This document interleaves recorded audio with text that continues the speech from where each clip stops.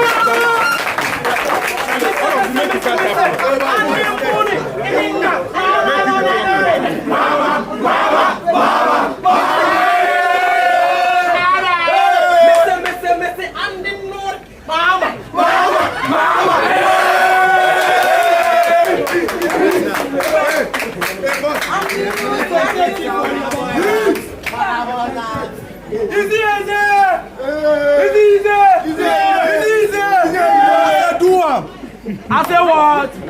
We go do it. Mora.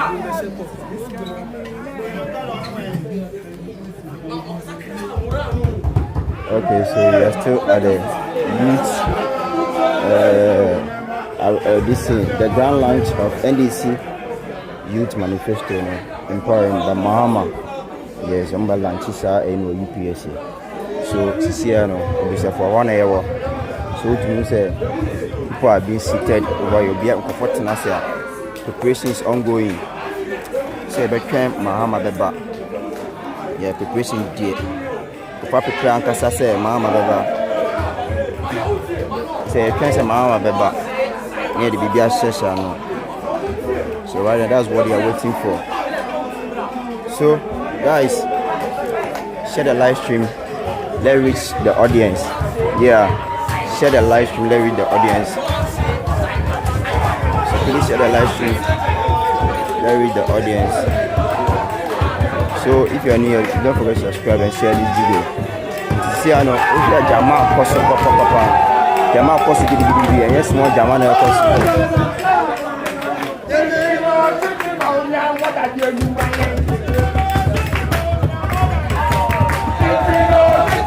I want that.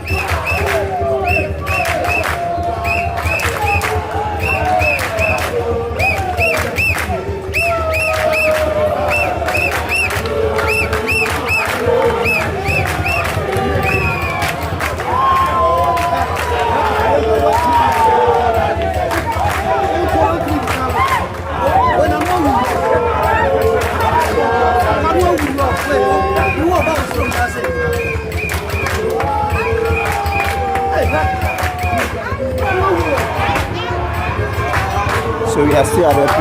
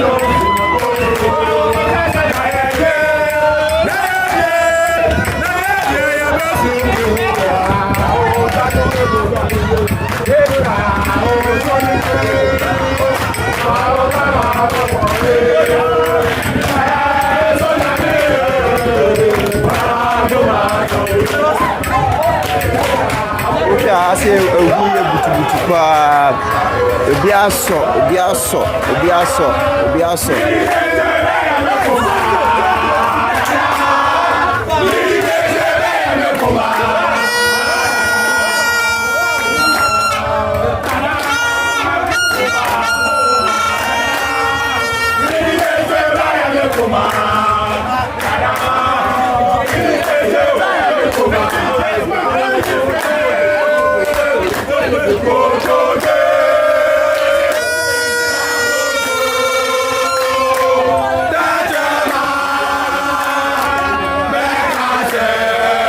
a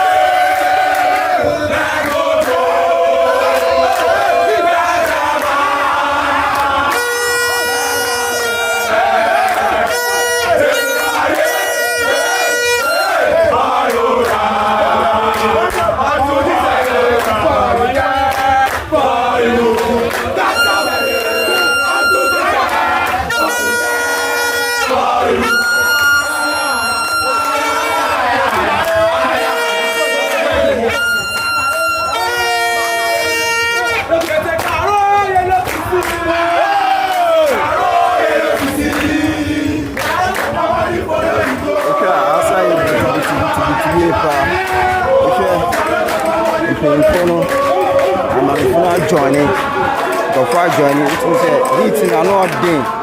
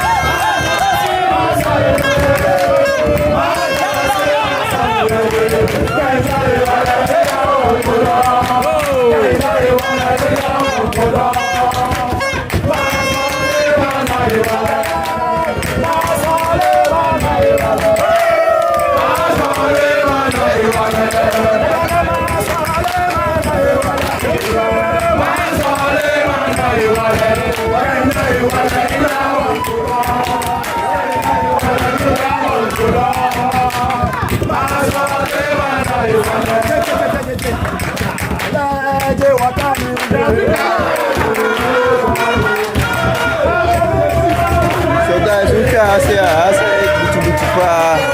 we run here hard.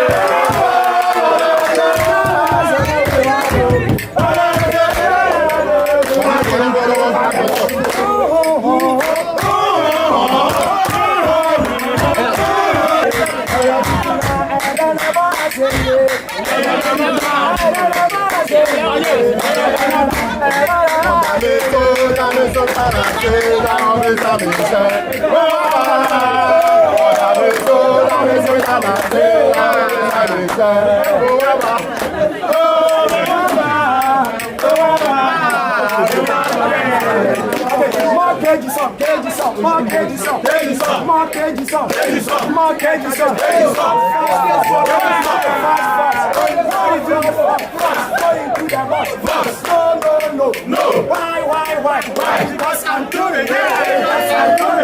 Because I'm doing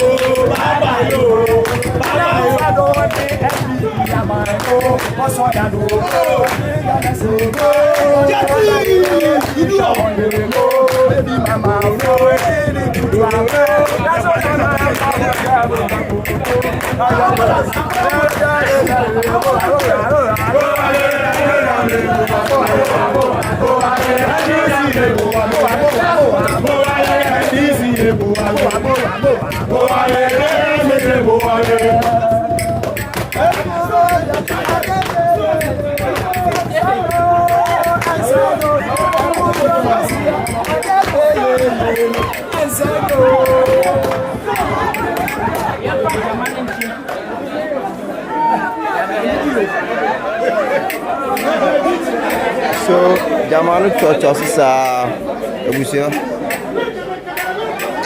And I know, I'm here. I'm a baby. Mahama, baby.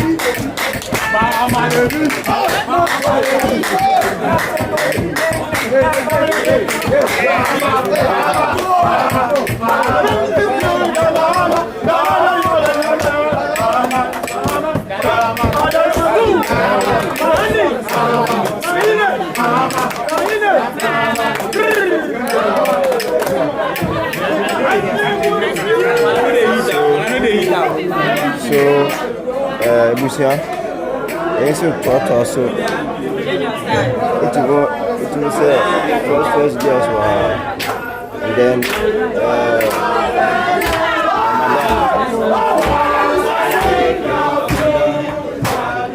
Busia, we are still waiting for Mahama to come. Go check down on the map, which means far back. They are waiting. Name so. Everything is being set. We are set it. They can Mahama.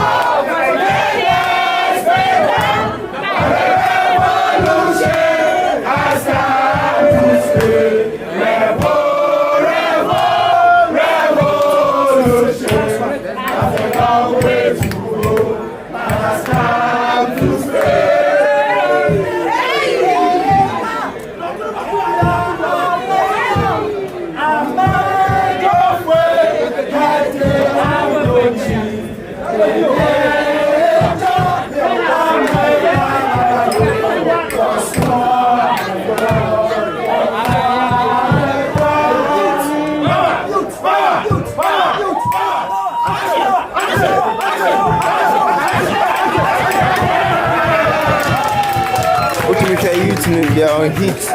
You are on heat. See, I know there. Yeah, of course, there. Another thing. They are come to launch the youth manifesto. Yeah, I come to launch the youth manifesto. UPSC auditorium on if your background, man. If your background, say, baby, come. Everything is about to start. If your people are being seated down, what nothing. Moche, Mampeni, John Dramani Mahama, with the launch of NDC Youth Manifesto. So right now, it means everything is being set at the grounds there. We share backgrounds of NDC, Mahama, the pictures, the vice, yeah, Prof. We share the vice Prof. Mr. Jinawa, 1 in 10 for fair. You can see that everything is nice and lovely. So guys, if you're new here, please don't forget to subscribe to our YouTube channel. This is Daily Watch TV. This is what we say. Obiatina say Mahama. Yes, yeah, the leading president, the incoming president, John Dramani Mahama. It means everybody is seated waiting for him to come. It means down one, baby able to say you to know mama hot jama to welcome Mahama. Yes, that's water. You to know mama hot jama to welcome our president, incoming president, John Dramani Mahama. It means everything. Baby, I will say NDC. If you fans in the big process.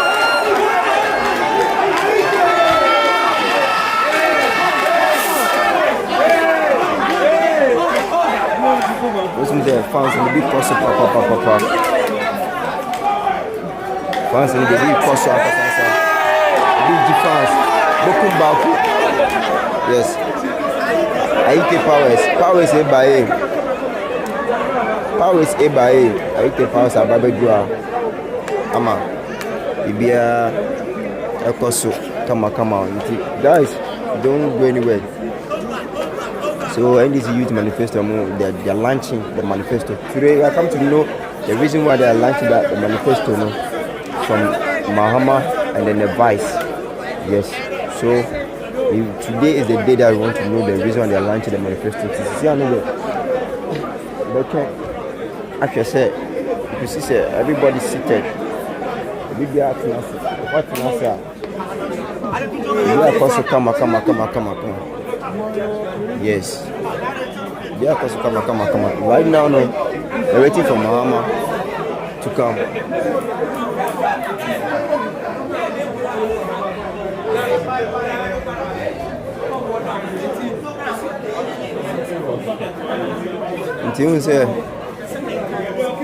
So right now, I'll say to me, cut down to show you the views.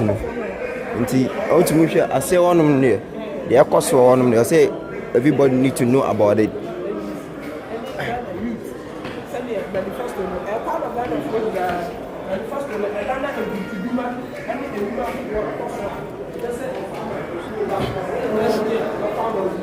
I say able to say that food beer NDC career. Yes, NDC, the big beer NDC career. Manifesto number youth to make, they want to make improvements in work. Say Ejuma and Koso and youth, because you see the youth they hold Ghana down. The youth, their focus is on the youth. So their focus being on the youth, because security are being tight. Uba has said that they'll come and check your staffs. Uba has said they will check, check your nyama, say, it be a cost come. So because without accreditation, you can't enter. Without accreditation, you can't enter. Yes, without accreditation staff, you need to make rules because and you need to get your tag to be on your just say you are come to do something better over here. To sure, I say you know NDC.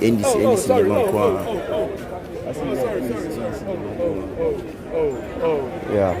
I say be NDC nyama ko hwe say ko hwe down ha say o ma hye nyama NDC nyama hye say ene no agro medi wa nya agro keto no ma be di wa say o hwe Mahama mpabo no kama botumi abaje wo de fofo. Yes, uba ha say UPS ha say no abaje wo de fofo o hwe echene space ni bibia kama wa ha say so the security no ha say tight. And it's not say ube dina kekesa beye. You need to have access. I say no but me wem. Yes, only access to me wem. So if you say I say na NDC colors nko as na NDC colors nko na NDC nyama no omo de ba Mahama mpobwa no eche no ani intariet bibia ya kama wa say nti de wudi yin say uba ha say a na ba je wudi fofo aba je wudi fofo. Yes, everything shows that Mahama. You see, I need you can say our own president, John, our incoming president. Let me put it, incoming president John Dramani Mahama Baba. Yes, yeah, incoming president John Dramani Mahama Baba. Mommy, intuition my so do die. Yes, NDC do die. Nti we say e chene kama bibia ya nice.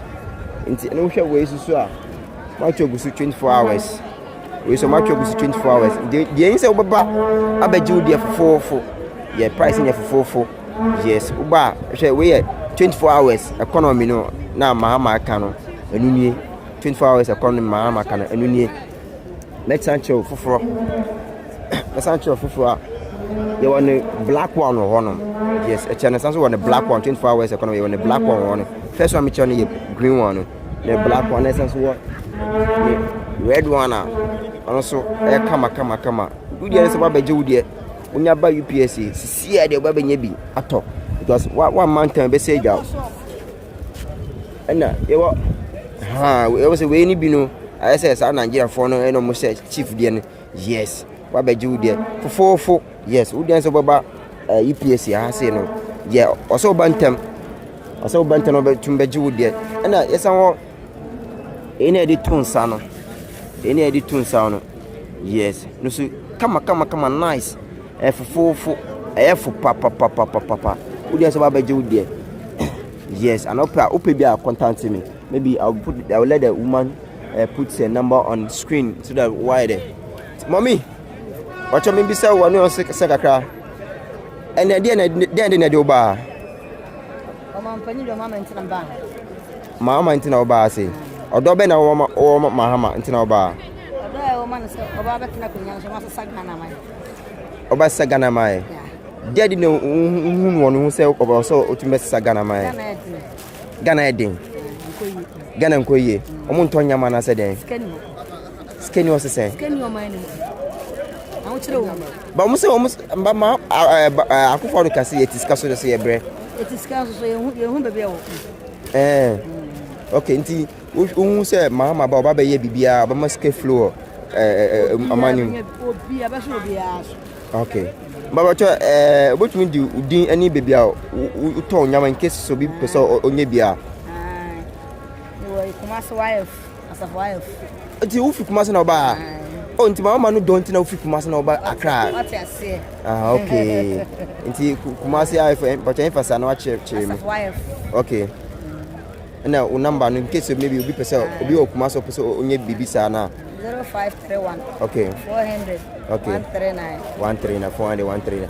nti ohwa oton nyama fefefe wa ohwa yes nyama NDC nyama fefefe upe bia no abaji na wade na ma atudwa tu dia so abaji yes ohwa jama bi ko so jama bi so ko so digidi pa nti ye hwe sa jama fo no so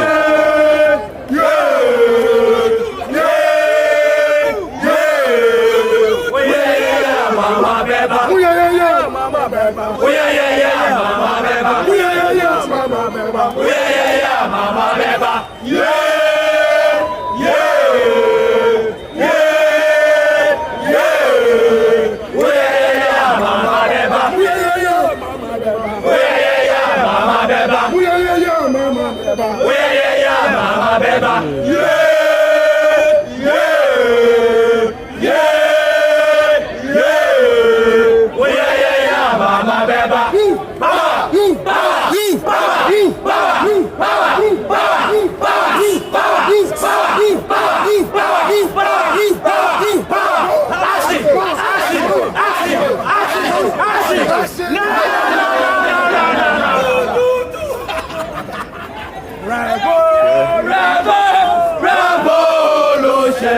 has a long way to go, but has come to stay. Revolution has a long way to go, but has come to stay. Leaders may go, but the revolution. It's Osha, I say it. Come on, gidi. Nyama de we nyama koso ase de utum say they are ready and prepared for John Dramani Mahama Green Army. I know say Green Army. Some no me army for no Mahama.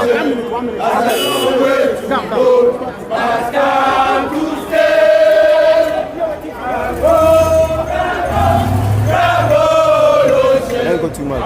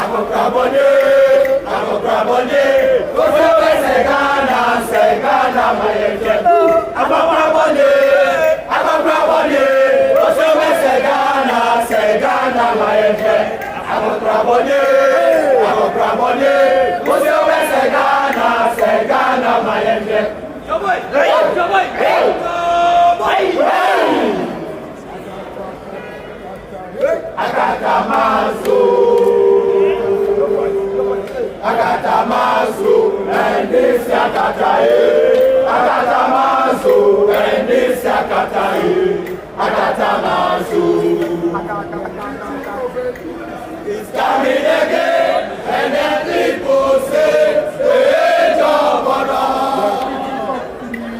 it's coming again, and the people say, hey,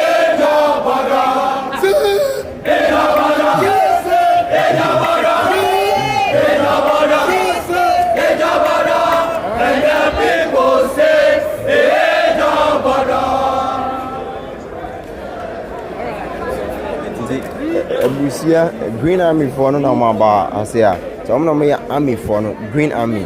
We say my enemy kama pa. I join the Green Army. I send the green, yes, because I know army no. I'm not army no. I'm board this in the NDC for by until utum share. I say no, I green, red, and white. Green, red, and white. You say because I say no, utum say nyama koso wase nyama ketwa. Yes. Because of NDC, yes, 24 hours economy, and I'm also I'm also the Mahama, the youth, and the youth manifesto. So they are launching the youth manifesto, and then we need to know more details about it. So you come and explain us what the meaning of the youth manifesto no be also by explaining am because then the purpose of they launching this manifesto normal launching yeah into some person minya into bakwa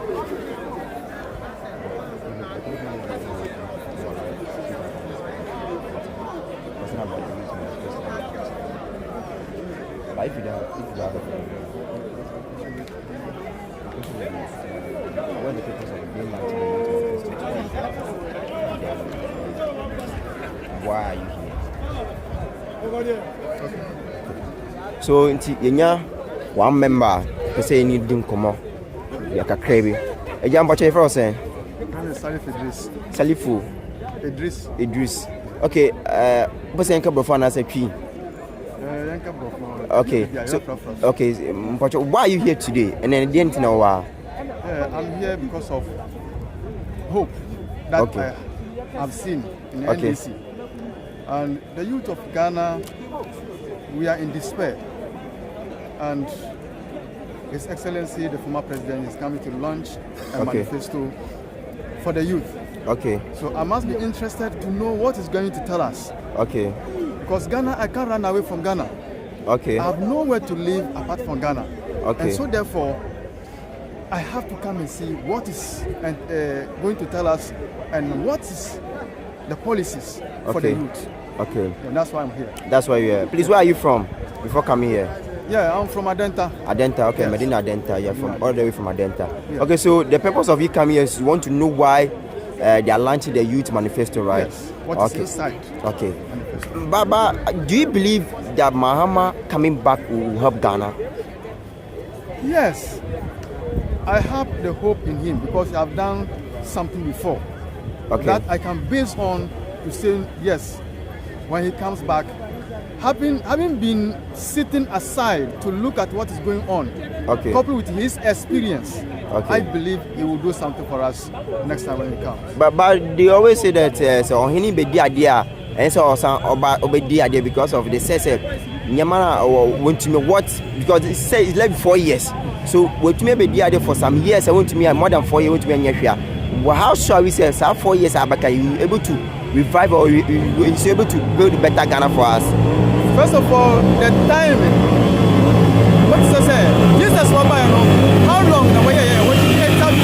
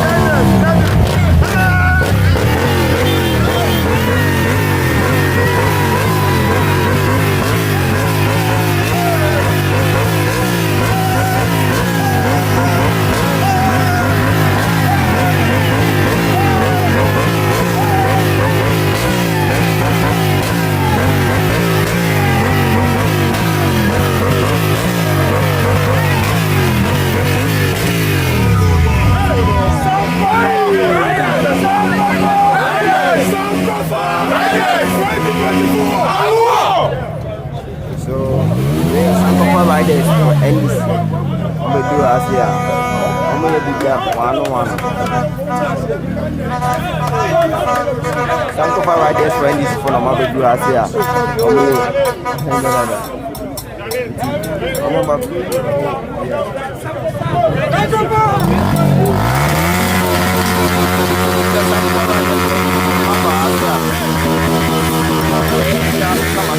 Come on.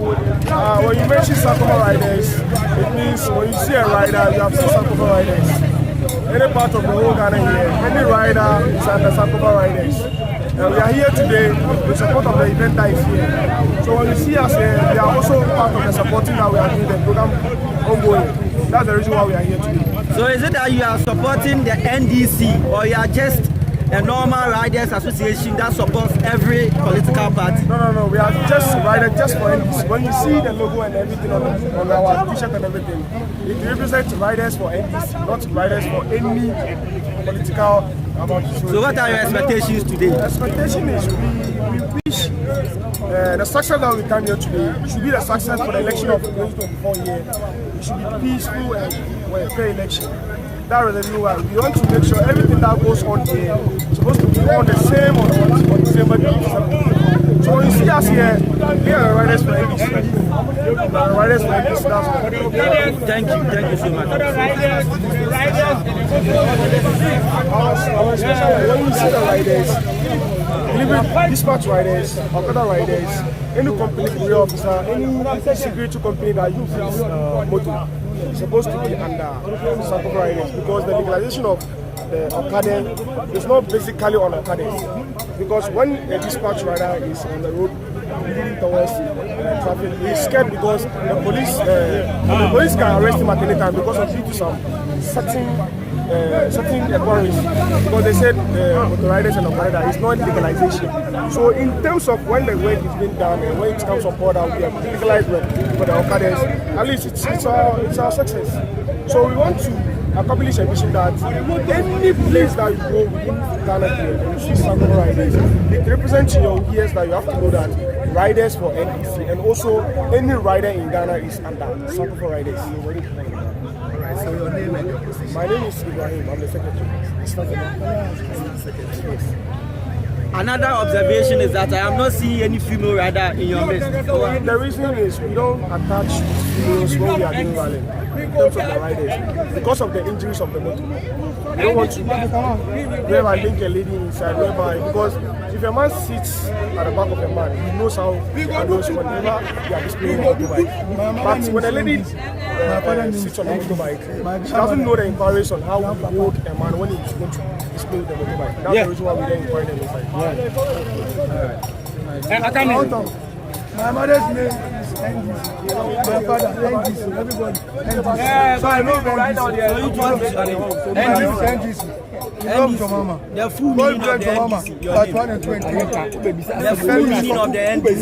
Your name you are talking about. That's the full meaning. No, I mean the NDC. That's initials of the name. What? Please, I have not asked you any question. The Congress of Democracies Congress. No, I don't know how I'm asking you the question. was the council. Because you know we'll go anywhere. Yeah.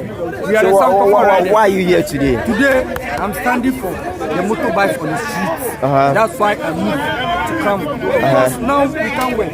Okay. By the grace of Mahama is coming live and Caleb. He said he's going to give us one license for each motorbike. So that's why me today I'm here. How sure are you that what he said he will do it? The one you be paying. One way see Bentoa, your first side is sour. So who say Bentoa? Bon say I did when you did it is sour. Papa was side. Tomorrow was side. It's or you Bentoa says Bentoa or the better or best side. It's himself or back power or best side. About some say after 4 years, 4 years soon to me from 4 years into me from your back 8 years. Then find no compare yeah person 8 years. Okay. Yeah 4 years obi 8 years. Yeah 4 years obi 8 years. But some 4 years better me yeah 2 years obi 4 years. And next 2 years obi 4 years the moment say 8 years. 16 good years. Until we are sure say Mahama about it's some now person the person ejuma no person unya no obaye say ejuma na mo. Sure. Me down throne that me once you see FP and woman say say ade obey na on ye meye sisi ano minim dia waye ana minim do betimi aye. Okay. You see yemfa we light and share community se kan ya oni obi oni yemfa light anaju ye fa kan mi kan sabu bentua so jina plus sisi ana si one enim bentua we obi ka say me na meaning bent to away because obia nim say we there the side papa no obe side me see obi 8 years yeah 4 years ni 4 years yeah 2 years. So Baba, so almost say we are ready. I hindi fair. I say we sound so Baba. So why? So almost say ready president pen. So we are not able to fulfill Unyama way. I didn't tell us about back 4 years sent to me so sir. About we the way you know. Obanu can be bamintian. Didn't see any atro. Yes, Sanko. Then I'm Faba. Thank you. Kamisanu. Obiani Madewi. This year, any friend call say, no, I call 1, 2, and you say, Mahama is coming back again. Okay. Whether Mupeu, Bentuanu, and Sam. Okay. Bentuanu, the Papano. Oh, all right. Mama is coming again. Okay. Watch out. Okay. Thank you. Okay. More live. Station live. Daily words. More live. Me live. Is it live? So,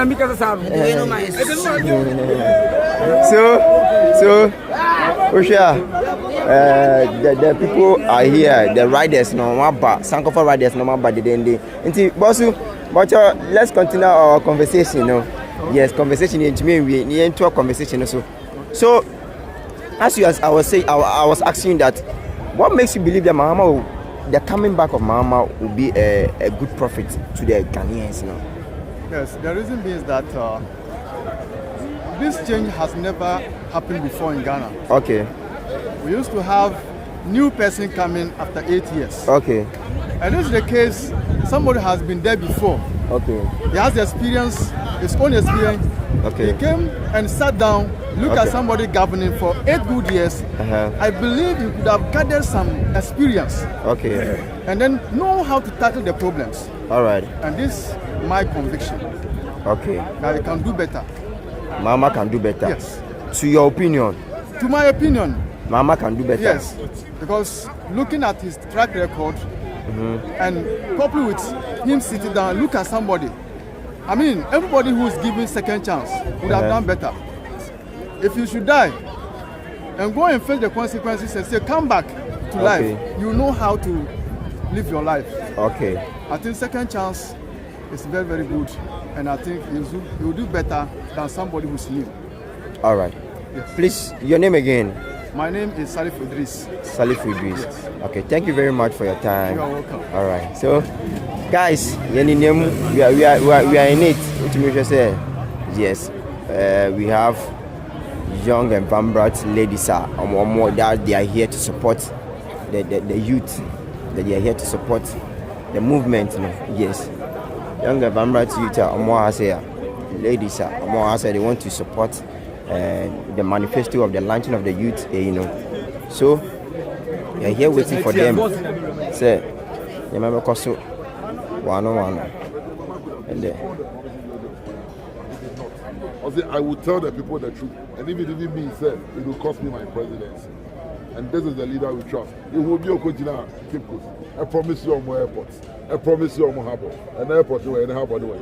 So if you are talking about trust between Mahmoud Bawumia and John Dramani Mahama, President Mahama is the leader you can trust. Right. So and green name is towards them, right? Everyone also said the youth must look for light, and the NDC provides that light and vision. It did say the good people of this country should associate and lead us to the promise. Pablo. So the NDC youth wing, the wing, just a Tabai, and it's from Atabai. So the man leading the leading man is Mr. Pablo. He's the one leading the meeting. He's here. Yeah, Mr. Pablo is here. Grace, he's here to grace the program. Yeah. So the number one was February 101. So yes. So let's go in and have a conversation with some of the people who are more around the NDC members now. More around I say Yes. Let's go have a conversation with some of the NDC members. Hello. Please can I have a conversation with you? No.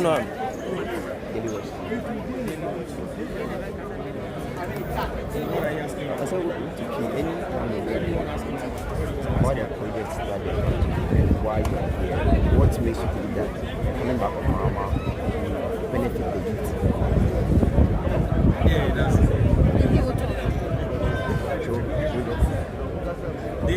Daily watch. Oh, you can see it right now.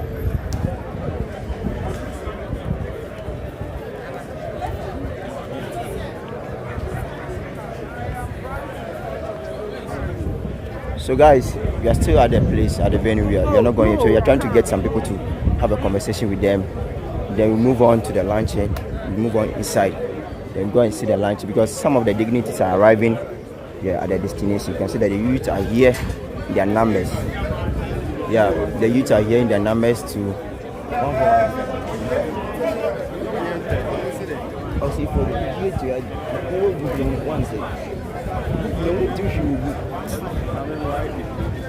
So, guys, we are still here. We are still here to get everything. Okay, guys. So we have one member. Yes, a youth, a vibrant youth, being part of the NDC. So, please, your name. My name is Edwin, and I'm Voice Out, Vote Out. So the aim for Voice Out, Vote Out is to voice out the wrongs of this government. Okay. Whatever they promise that they are unable to deliver. So we are here as part of the youth wing of the NDC to voice out our misgrievances and support the movement. That's the first of its kind happening, the youth manifesto. It has never happened before. Okay. So shout outs to the youth organizer of the NDC, that's Pablo, for putting this together. So as a youth movement that supports this cause, we are just here to show our weight behind the movement. That's the youth manifesto launch, and per what we've seen and what we've known so far, especially with the 24-hour economy, we feel this movement is the right cause, and supporting this and many other things that we will hear today will go a long way to help the youth harnessing our potentials as youth, and especially with job creation. You know, it's one of the problems that this country has faced over the years. The MPP government promised us all of these things and they are unable to deliver. So as the new movements, Voice Out, Vote Out, supporting NDC, especially the NDC youth wing, we are just here to throw our weight behind the movement so that we'll see what they have in store for Ghana in the next future. Basically, that's why we are here. Okay, so what makes you believe that the coming back of Mahama will be a benefit to the youths? So basically, the coming back of Mahama will be a benefit to the youth because this is the president in his first 4 years of government had to do with a lot of youth. It was basically a majority of youth in his government. The likes of these were youths that were part of his government. So this makes us believe that this is the president that is able to support and give the youth the platform to deliver. So what I know is if we let the youth get some of these positions, they'll be able to, because they know what we are going through, you understand? So when we have some of our people at the top, they can send our message to the top, then we get the necessary help that we deserve. And mostly, one of the reasons why I would say this is because the 24-hour economy will enlarge or expand the Ghanaian economy. That will help more youth get job access, you understand? Because as it stands now, there's a limitation with job creation for the youth. So when we open up with 24-hour economy, it will be able, at least creating the enabling environment for 24-hour economy, it will be able to help the youth get more jobs and annex their full potentials. Basically, that's it. Okay. So right now, they said that if you have been president before, Mahama was a president for almost, let's say, 6 years. Not 6 years, 4 years, a few months. Yeah, so they said without 4 years, he wasn't able to do anything. He wasn't able to accomplish what he has started. So they were saying that what's the main purpose of him coming back? Is it to come and loot Ghana, whatever that he's not able to loom. You know, that's the cheap propaganda by our opponents. You know, recently he was cleared by the special prosecutor on the Airbus scandal. And you know, they spread a lot of rumors with Jida, Sada, and the rest, even Bass Brandy and Co. And these scandals, Bass Brandy especially, monies were retrieved. Jida, you all know how people went to jail, and Sada, all of these things. So these are just propaganda by our opponents to distract the ordinary Ghanaian. They promised us they were going to move us from taxation to production. They failed. They failed. They failed. Now we have E-level, we have COVID levy. COVID is no more. The World Health Organization has declared COVID as no more, but they are still taking COVID levy. There's E-levy that they've imposed on us, and there's someone who was part of this government is promising you that when he comes, he's going to take off E-levy and COVID levy and all of these things. So you ask yourself, if you have something to do, why don't you do it now?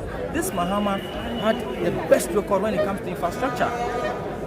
He had the best. You talk of regional hospital, Circle, Dubai, UGMC, just name it. When they had COVID, they were sleeping at UGMC. So he has a track record to deliver. So this is someone who has a track record to deliver. So his second coming, who can only help the ordinary Ghanaian, because I don't know, we are talking about experience, not experiment. Because Bawumia, you are just going to experiment.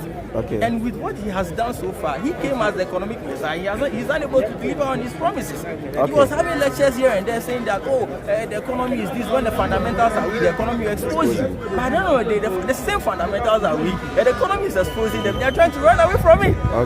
I don't know if you get my point. Yeah, I get what you're saying. Yeah, and now we are suffering. Rice 5 kg was like 40 cities, 50 cities some 4 years back. Now it's 120, 30 cities. Depending on where you're buying from. We are suffering.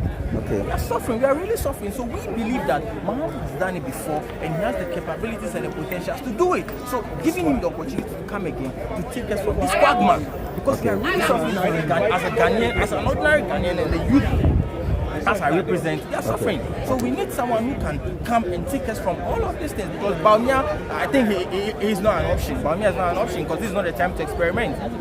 This is not a time to experiment. That is the more reason why we need Mahama to come back and deliver us from all this mess, because they've created a mess.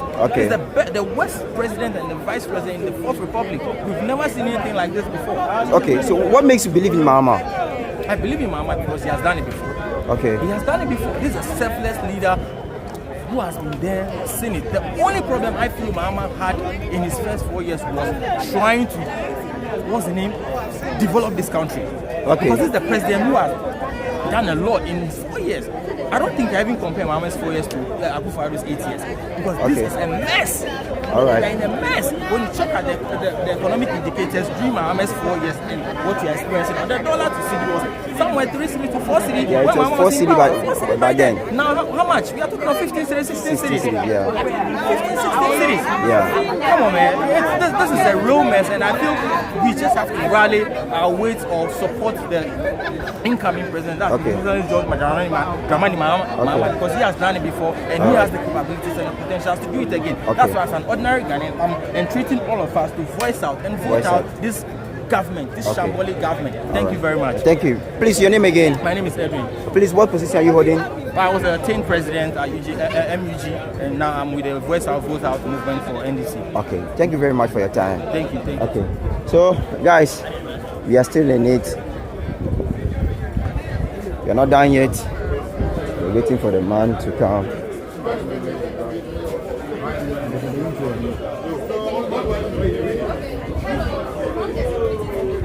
So, guys, we are not done yet. We are still moving. Yes. Our mothers are here. Yeah. There are people. A lot of people are here to make things work out. Yeah. So, waiting for the people to come in. Then a movie up in. Yes, we're waiting for Mahama. Yeah, we're waiting for Mahama to come in. Then we just continue with the movement. Yeah, so guys, if you're new here, please don't forget to subscribe to the YouTube channel. Share this video with everybody. Yeah, let's get the numbers. Let's get the people on board. So people are arriving. Yes, people are just coming in. People are arriving. People are here. You can see young, vibrant ladies and beautiful ladies are here. and gentlemen are here to support. Yeah, they are here to support Mahama. Yeah, they are here to support the incoming president, Dramani Mahama. Yeah. So we are not done yet. You know, it's a long day. It's gonna be a long day. We are not done for today. You can see that. Yeah, here it's all about NDC. Everything is NDC. Everything's about NDC. Everything's about NDC. And people are here to just to make time and know the reason why Mahama is launching this manifesto for the youth. So me too, I'm also here to know the reason he want to launch this manifesto for the youth and to hear him out. Yes, to hear whatever that you say, and then we'll be hearing it. We'll be watching it live on Daily Watch TV. We'll be watching everything live here. We'll be watching everything live over here. So we have the ladies are here to support the Green Army. Yes, the Green Army people are here to support. The Green Army are here to support. Yeah, the NDC members are here. The Green Army are also here. It's gonna be a long day. Yeah, and the riders are also here. Yeah, first year no mame. So the riders are also here. The Mahama. Yes, Sankofa riders. They are the Sankofa riders. For them, the Okada Sankofa riders. For them, they said among the Sankofa Yenchi. So for them, they are coming in. Okada Sankofa riders. For no say.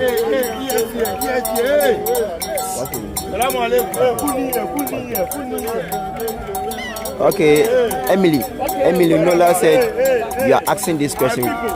What was your thoughts about what some ungrateful Ghanaians are saying? Did Mahama has a track record or not? Yeah.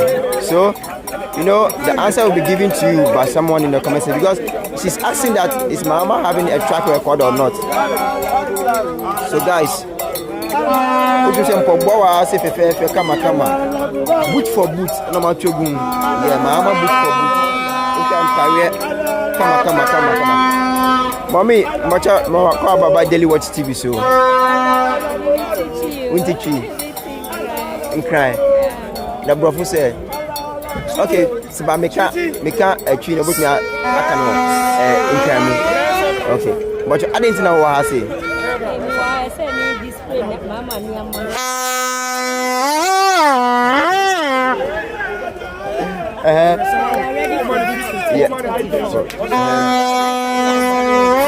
Okay, so then Emma who believe in Mahama, say Mahama bab, you never go some more. Mama was in power 4 years ago.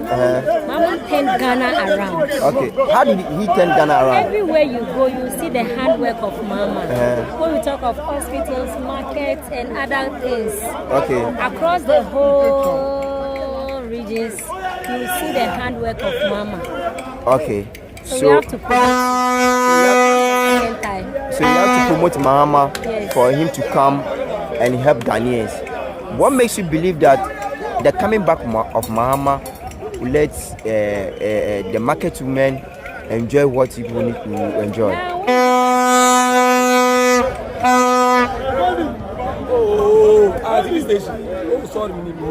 Now, when we look at the dollar rate, it's very high. Okay. And as a result of that, it's affecting the market women, especially those who go out to buy and come and sell. It's really affecting them and it's making many people markets to come down. Financially, everything is coming down. That is the reason why Mama have to come and save us. Okay, but Baumia and Akufo, they implement free SHS.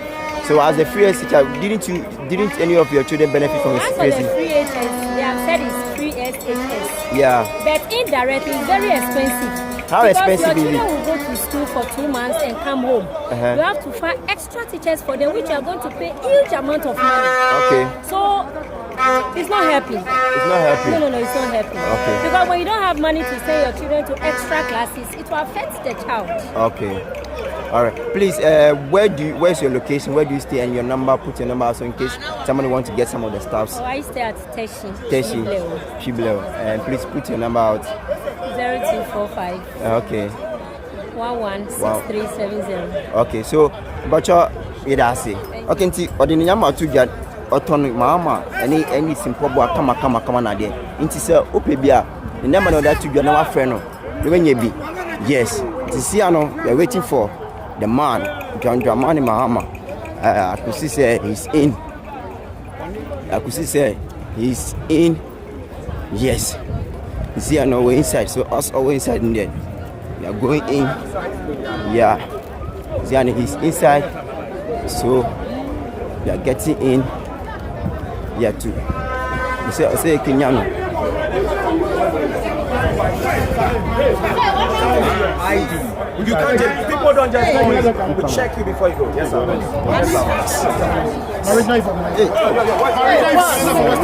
Please. Don't make it. No, stop. This my ID.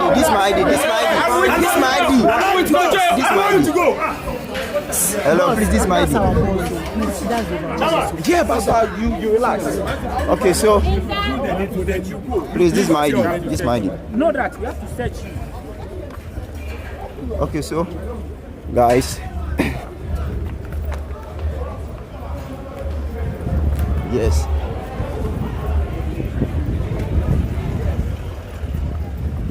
The man of the movement is in. So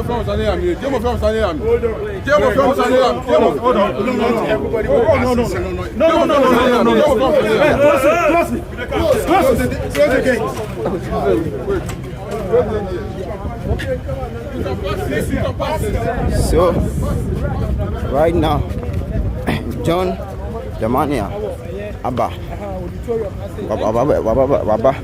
we be PM auditorium. So guys, don't go anywhere.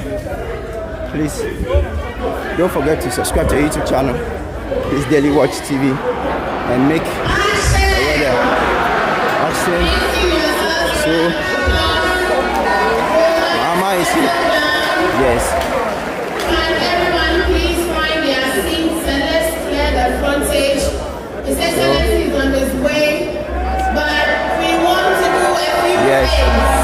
We're inside. Thank you. John Mahama. We're waiting for. Please be coming down. To come. Be coming down, okay? We want to do a few housekeeping issues so we can buy some time. So when His Excellency comes, we'll start the program. So please be calm and let us go through these activities. Thank you very much. Kindly take your seats. I want us to do a quick roll call. So when you hear your reader's name, make as much noise as you can. It is youth and power. It is a time for the youth. We are ready. We stand in readiness. The Green Army is ready for battle. Are you ready? Great and Origin, are you in the house? So you can see that. Great and Origin, make some noise.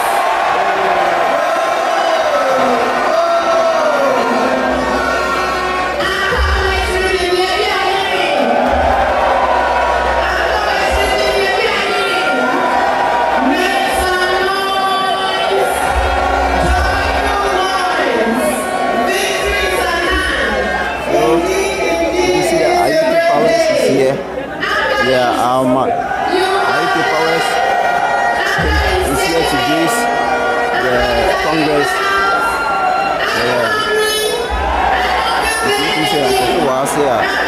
People are here waiting for incoming President John Dramani Mahama. So you see the dignitaries. The dignitaries that are here. So what's it? The noise that is coming back from the background to me say here. Yes. Savannah. There you are. It's a great day.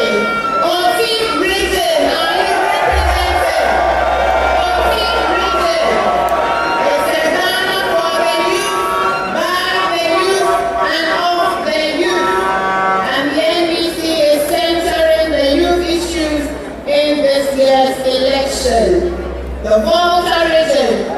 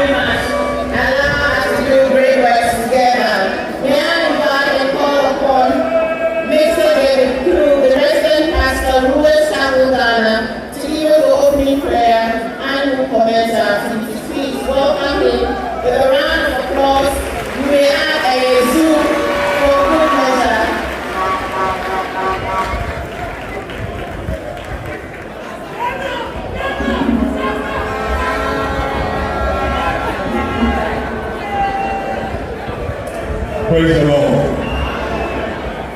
Praise the Lord. For the last time, praise the Lord. As I see how electrifying the crowd is,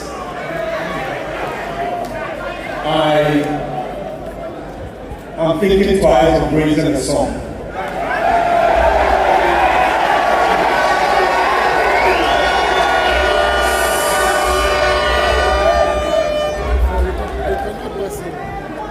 But before I consider that, shall we go into scripture? All attention, please, all reverence to the Lord. Thank you. James 5:7. Be patient. Therefore, brothers and sisters, until the coming of the Lord, see how the farmer waits for the precious fruit of the earth, being patient about it until it receives the early and the late rain. Revelations 3:11. I am coming soon.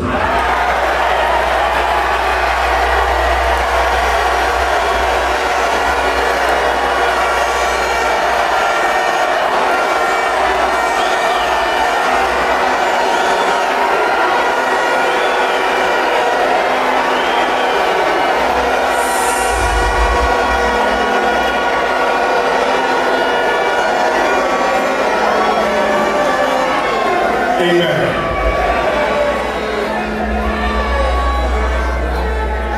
Hold fast what you have, so that no one may seize your crown.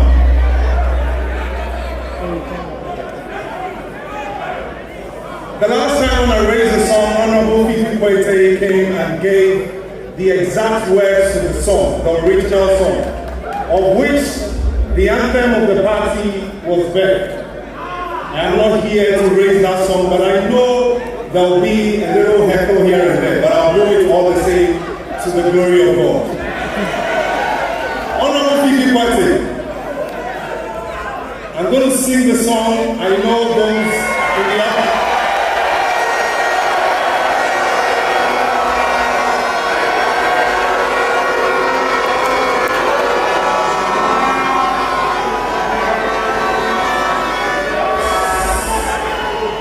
Okay, so I'll leave that one to Honorable Fifi when it's time, but I'll sing this one. The Son of God is coming again. Let the people say hallelujah. The Son of God is coming again. Let the people say hallelujah.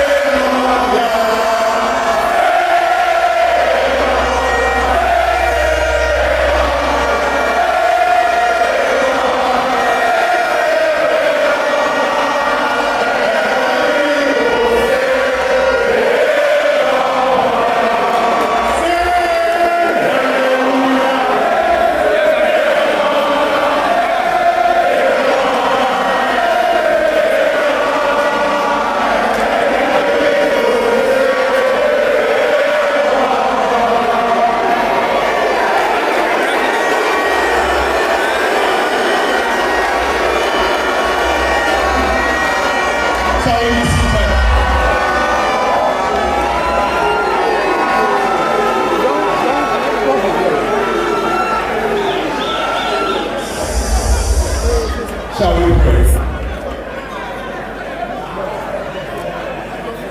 Our Father who art in heaven, this morning hallowed be thy name. We pray in the name of our Lord Jesus that indeed your kingdom shall come. As men and women are seated here, O Lord, for which scripture has said that it is you who elects leaders, we pray that, Lord, by the wisdom that you carry indeed, this morning shall birth a new beginning. We pray in the name of Jesus that, Lord, you shall touch the lips of men, speak through men. We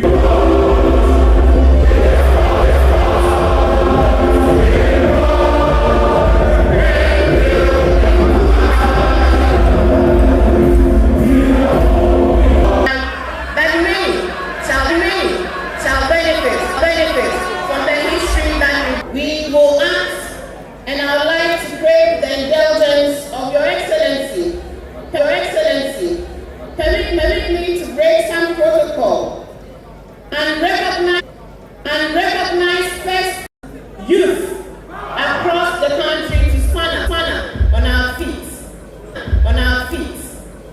Please, you will join.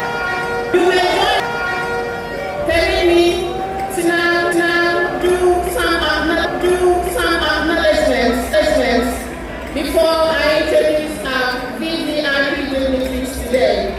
In our midst today, we have been joined by youth parents of all the branch youth organizers, all the constituency youth organizers and deputies, all 16 working committee members, the finance committee working members, the national manifesto committee members, our religious leaders, members of CSOs, we recognize your presence.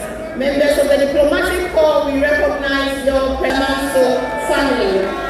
Let me also singularly recognize the presence of our General Secretary, the indefatigable, the General One, Simi Jamin Patel. Again, I acknowledge the presence of all dignitaries, and we have enjoyed with his esteemed presence the 2024 presidential candidate of the NDC.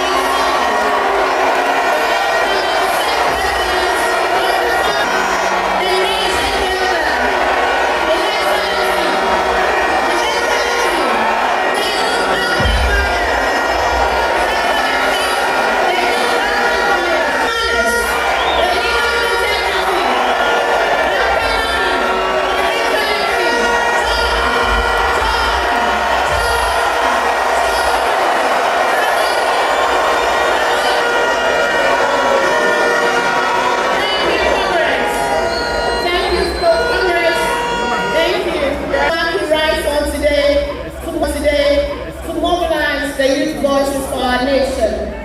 Let us recognize and remember in silence the first youth organizer of the NDC, to the leadership of Ludwig Plodden as well. Ladies and gentlemen, we pay tribute also to Sidi Abubakar Musa with a noise out of the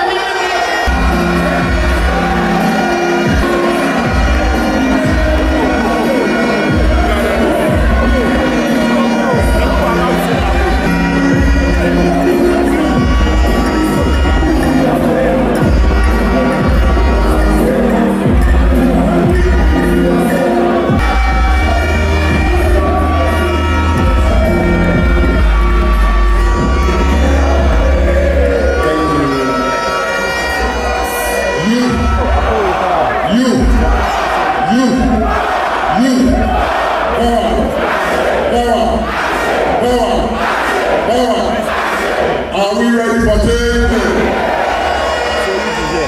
Thank you very much. Young people of our country, Ghana, good morning to everyone. About 2 weeks ago, the Ghana statistical 1.7%. Millions of Ghanaians wake up every day, not knowing where to go, what work to do, or where their next meal will be coming from. Just last year, a food insecurity report released by the Ghana Statistical Services indicated that about 8.4 million Ghanaians went a day without food. We are all too familiar with the 001 or 100 or 000. This has become a form. We cry about increasing food prices every day. They answer by blowing for fuel price increases, and they increase the salaries and allowances of the Ghana Gasoline Manufacturing Company by a moving 400%. This is what the Kufuado Mahmoud Bawumia simple. God has blessed me and we are praying. That is what they give us when it's coming down all over this country.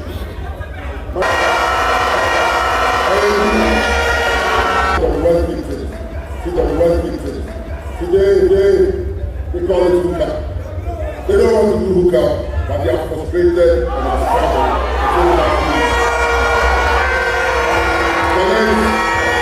He's awarding the $34.7 million contract to his daughters.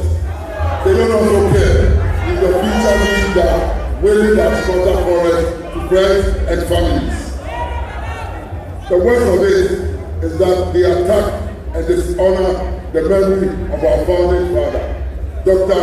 Osagyefo Kwame Nkrumah, and try to elevate their forebearers at the forefront of our politics. I remember one lawyer said,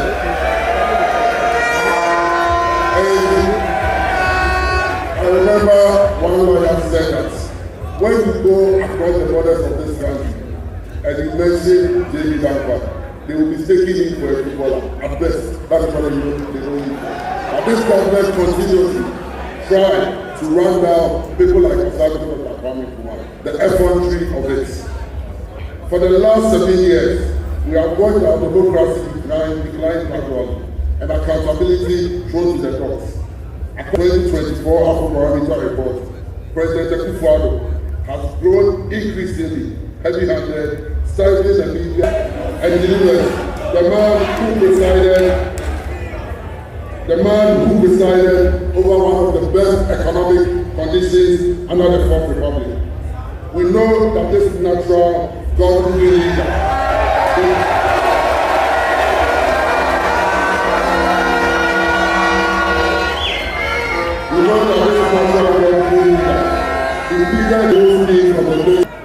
to achieve this agenda. Today, this kind of God, religious groups and civil society have suddenly disappeared and become deaf, dumb, and blind to the wanton acts of corruption, state capture, and untold hardship unleashed on Ghanaians by Bawumia and the Akufo-Addo administration. Their hands are now full from the loot they are stealing.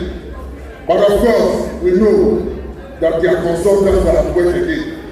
We are serving a cold warning to them, to this nation record, that the Ghanaians will not sit idle and watch you do what you do. If you respond with one, we will respond with seven. The honesty and transparency of His Excellency John Dramani Mahama remain unimpeached. He stands tall above all accusations. Indeed, we recollect with great concern and righteous anger the unjustified accusations of corruption leveled against him in the Airbus scandal. Today, we are made aware that His Excellency John Dramani Mahama was not involved in any act of corruption.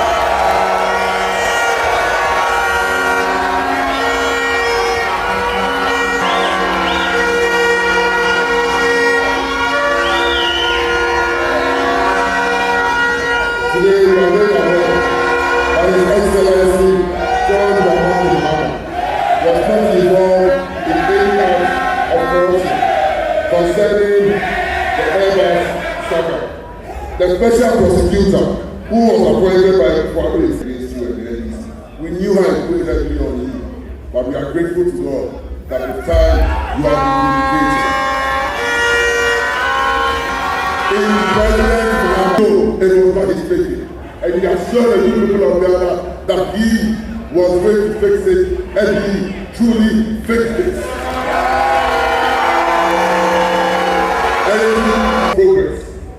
Here is a decent man who will not use disrespectful or unbreakable words on his political opponents or ask them to vote for him because he belongs to their religion or kinsman. Here is the Mahama who tolerates even his sworn enemies, his opponents, and even breaks bread, do not change course. Young people are losing interest in our democracy. We should remember, we robbed of our dignity as human beings and how our future has been stolen from us. More significantly, we must not forget to hold the government accountable for our suffering. And we must do so by who better to lead us change this corrupt and elect government than the one who has done so before. I leader, John Dramani Mahama.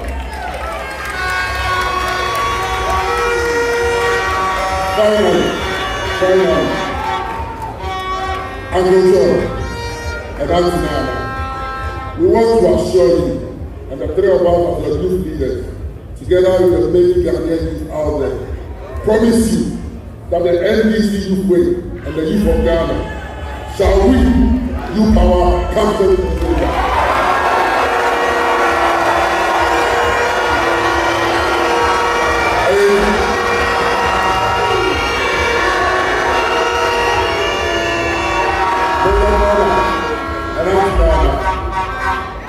I am committed, and I know my two deputies are equally committed. I know the Ghanaian is committed.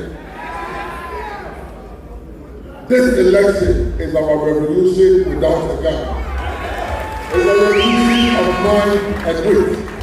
It's a revolution where the gun will be the balance, and we go out there and vote properly, and we will make sure that that ballot box is protected. And I know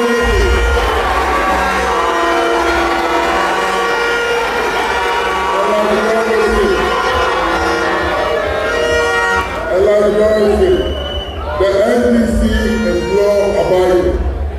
The NDC will do everything because we are the midwives of Ghana's democracy. We will do everything to protect the democracy, but we shall not become the victims of peace. If anybody wants peace, let us all of us sit and negotiate. If we go together, we will come together.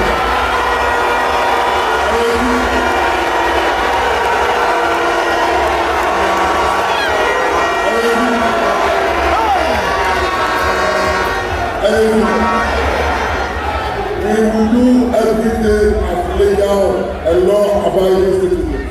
We shall not prevent trouble anywhere. But the elections of 2020, Techiman South will not repeat itself again.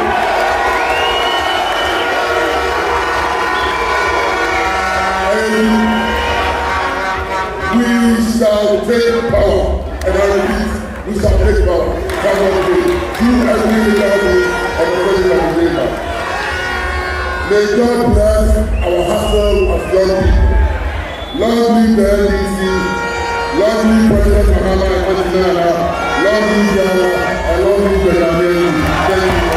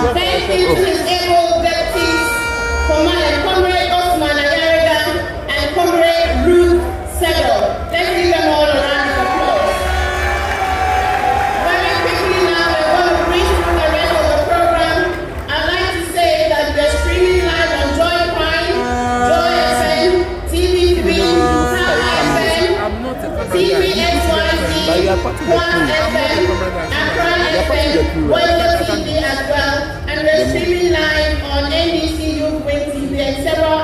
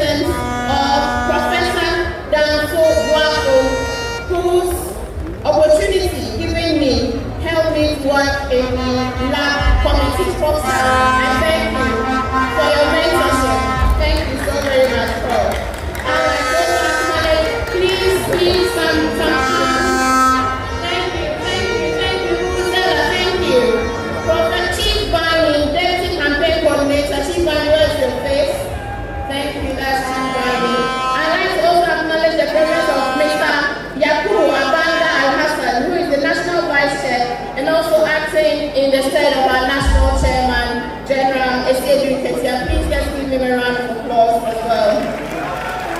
And we would like to go through this day. Please silence. Thank you, Dr. Opoku Jones, Vice Chair, Youth Wing Finance Committee, and to our able Chair, Julian Kobina, Chair of the Youth Manifesto. Julian, rise and let's see you. Thank you for your leadership and great work, Julian.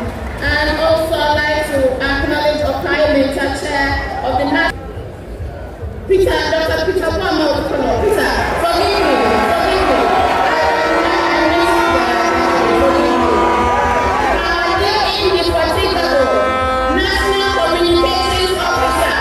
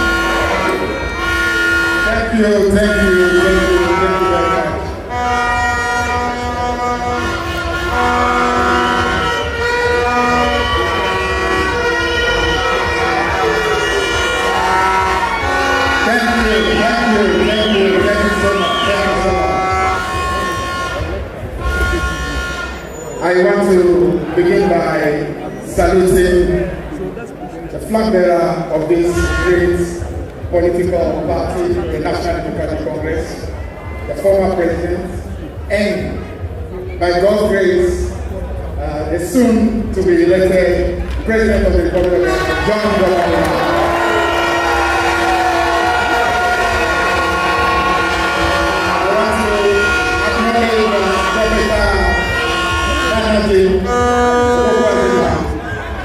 The running mate of our flag bearer. I want to acknowledge all the national representatives who are here. I want to particularly acknowledge our national youth organizer, George Okariado, who leads this great movement of young people and who has made it possible for us today to have this wonderful program. I want to particularly acknowledge also Professor Dansugwako, who is the chairman of the Manifesto Committee, for the wonderful work that has resulted in this first part of the Manifesto that is devoted for the young people, and also the main Manifesto that will soon be adopted. We do know that our friends have rushed into, doing their Manifesto, I think, in a few days' time, but we haven't moved at all, because what is quality remains quality. And whether they try to plagiarize or steal our ideas, we know that our ideas cannot be restored by anybody. I want to thank every single one of you here and the millions of Ghanaians who are watching and listening to us today. As we gathered here this morning, and we sang the inspiring words of our anthem, which my sister Sherima described as the NDC national anthem. The words of that anthem said, "Arise, arise for Ghana, all patriots of the land." And then we sang the youth anthem, and that youth anthem says, "Arise, Ghana youth, for your country." Now, what I tell you? It tells you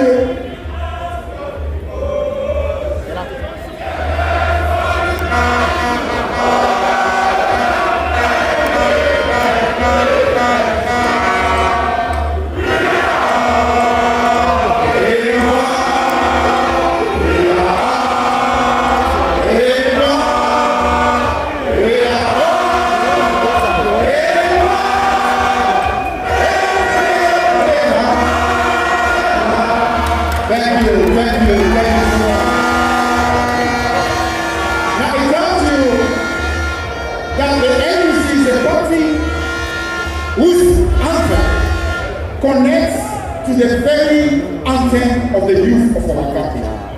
A both anthem calls upon us to arise for our beautiful motherland.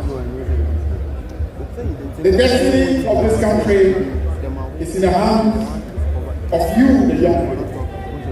This morning, as the young people were asked to stand, some of us actually have to sit because even though for a long time we've been called youth, we have to acknowledge we have gradually moved to the level where we can no more be exact youth today, and therefore we need to devote ourselves to serving the generation beyond and after us for the sake of our country. And I want to say that the generation after us, you have a responsibility to salvage our country.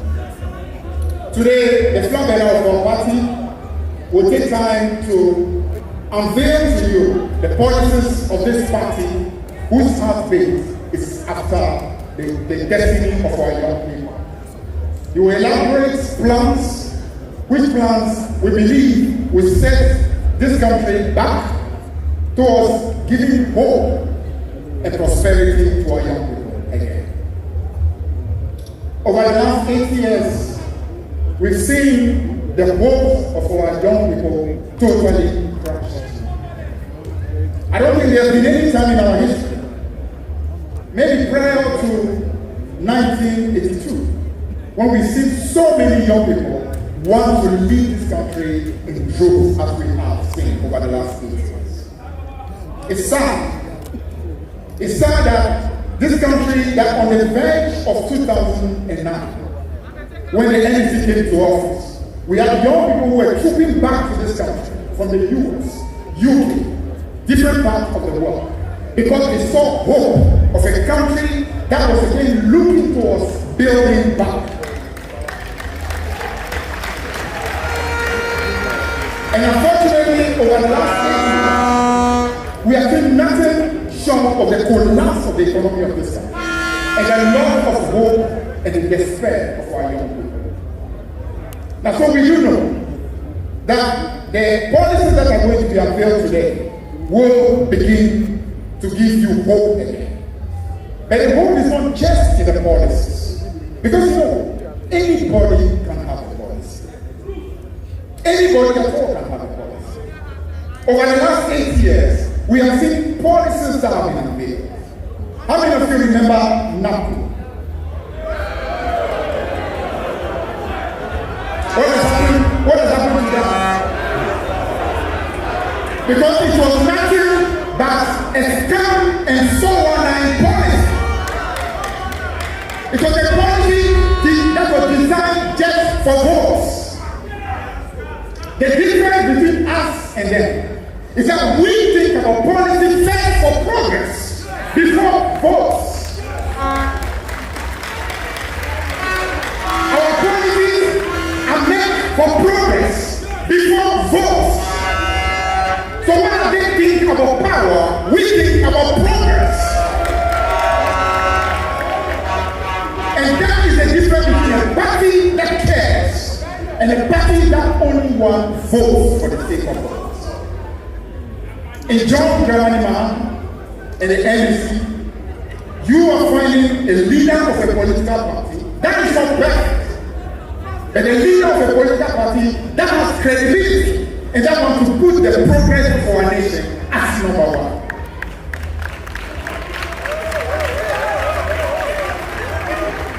So these are policies that you can trust, as opposed to policies that are simply put out there in order to deceive you for your votes, and as soon as the vote is obtained, you are forgotten about. The young people of Ghana, we do not believe that our policies alone are going to deliver heaven. But what John Dramani Mahama is going to do is to reach out to you in a partnership, trusting that your creativity, your capacity to find your own answers, together with the policies we bring, I believe that with the transformation of our country can truly.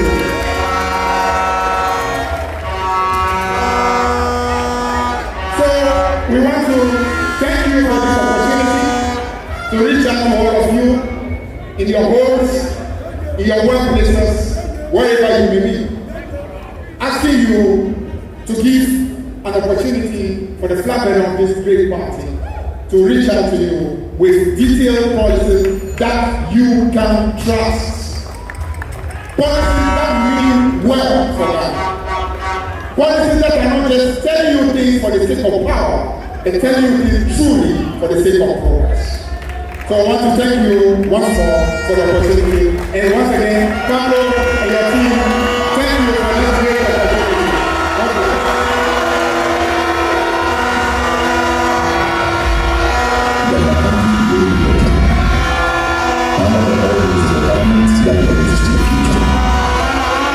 And we are too young to ask for it. But we are among the elders that will be in our future. I have made these dreams of the world to go, but to what end are these such trouble in a country that wants to the street by the government of the day? Standing at the crossroad of hopelessness, jobless and helpless, watching my daily struggles grow and reward because there is a group of people joking with our future. I have lost count of how many times the government promised to do the job. But the things that I am still struggling to make ends meet. I was promised a better life, but they delivered much. We were promised jobs, but they gave us unemployment. They promised us hope, but they took away our dignity. Let me tell you my story. Giving admission to the university looks like a success story. But the letters of rejection and the reason of silence at the school looks like a bunch of our future. This reality exposes the government's failure to provide sustainable opportunities for its youth. The inability to create jobs and stimulate economic growth has left many young people like me in limbo. Stories like mine are a testament to the government's failure to deliver on its mandate. So sometimes I ask, is this really the Ghana I want? And it is now unbearable to survive in this country due to the economic hardship. As a young girl, as I am, living in this country is now unbearable.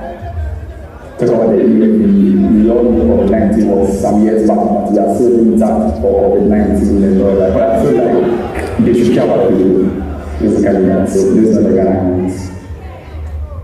The type of Ghana I find myself in, to the point in the act of something for the next years, you will tell and come, but the price has increased. Everything is not going on well. The country has been messed up. But it's never my own because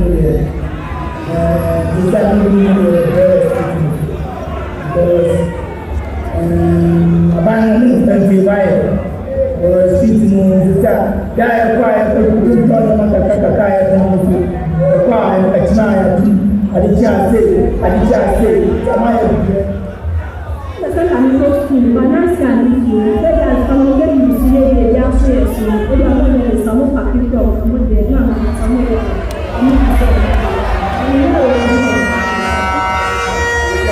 Just one more time there, and I want to say, we are suffering now. Me, I completed efforts, but I have the need support to do so. So people get up with some work so that I will earn something to feed myself and something.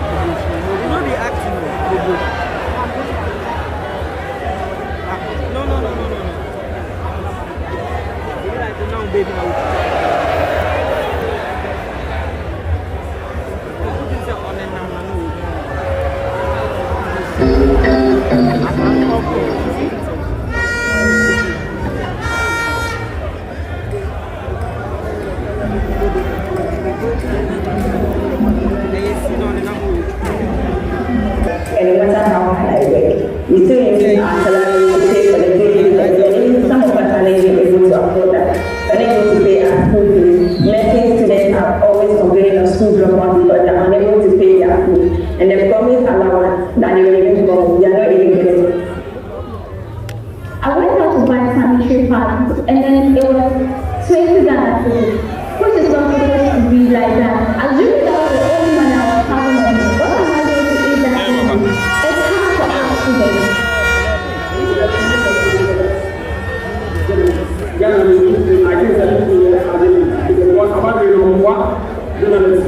Was always doing their research. We said, I'm just like you know, and I'm then I just want to food. So that you know, you're discussing how do you live every last year? This is not the type of no, I don't think Ghana right now has with my plans are still happen, but we are happy to see a better Ghana. The type of Ghana I would want to see as a youth is one that authorities are going to care, and one in which the leaders truly care about us, the citizens. In the Ghana I want to see the youth being heard, unemployment rates being dropped, and a lower cost of living. What I do, I will do that. So what are we doing as a youth? This is not the Ghana I want. This is not the Ghana that I want. It is time for change. We need to change the current situation. So now we live, we hope. This country will work again.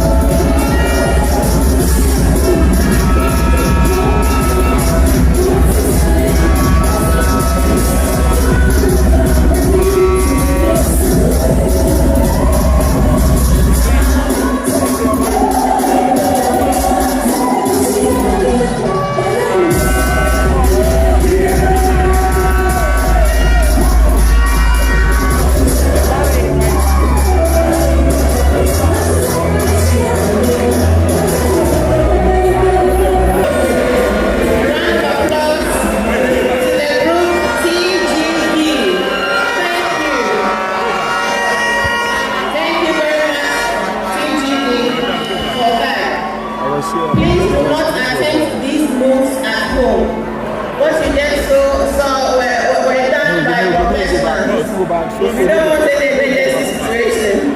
Thank you. If you have just joined us across the world, we are live in the Kofi Nehru Auditorium of the UPSA at the launch of the 2024 NDC Youth Manifesto, themed Empowering Tomorrow, Voices of the Future.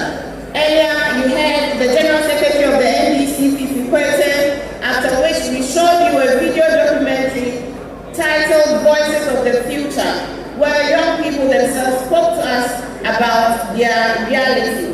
We are going now into the meat of the matter. I'd like to quickly add that we're also streaming live and showing live on Pan-African television as well as GH1 TV. The Al-Qaeda Riders Executives are in the house. Al-Qaeda Riders Executives, thank you for coming. Thank you for coming, yes. And we also have the NDC Professional Forum. Who said the sea cannot be bent? Who said the sea cannot be bent? Let's acknowledge the man of the moment.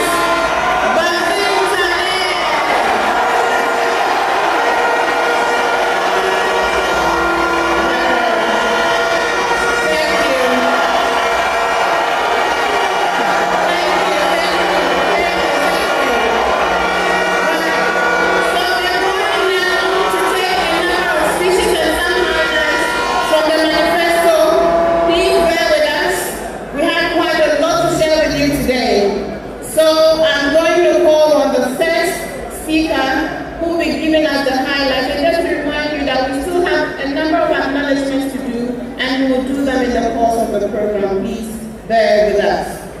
So, what exactly is the pledge? What is the promise? What is the pursuit? We are going to hear these highlights from our 2024 Youth Manifesto. To speak first on the topic, Youth Entrepreneurship and Skills Development, Agriculture and Agri-Business, is a former SRC President of Legon, a lawyer, an entrepreneur, a Harvard Kennedy School graduate, a co-chair Africa Caucus at Harvard, and founder CEO of an agri-business company. Ladies and gentlemen, if you're ready, please welcome Mr. Edmond Combat with a round of applause.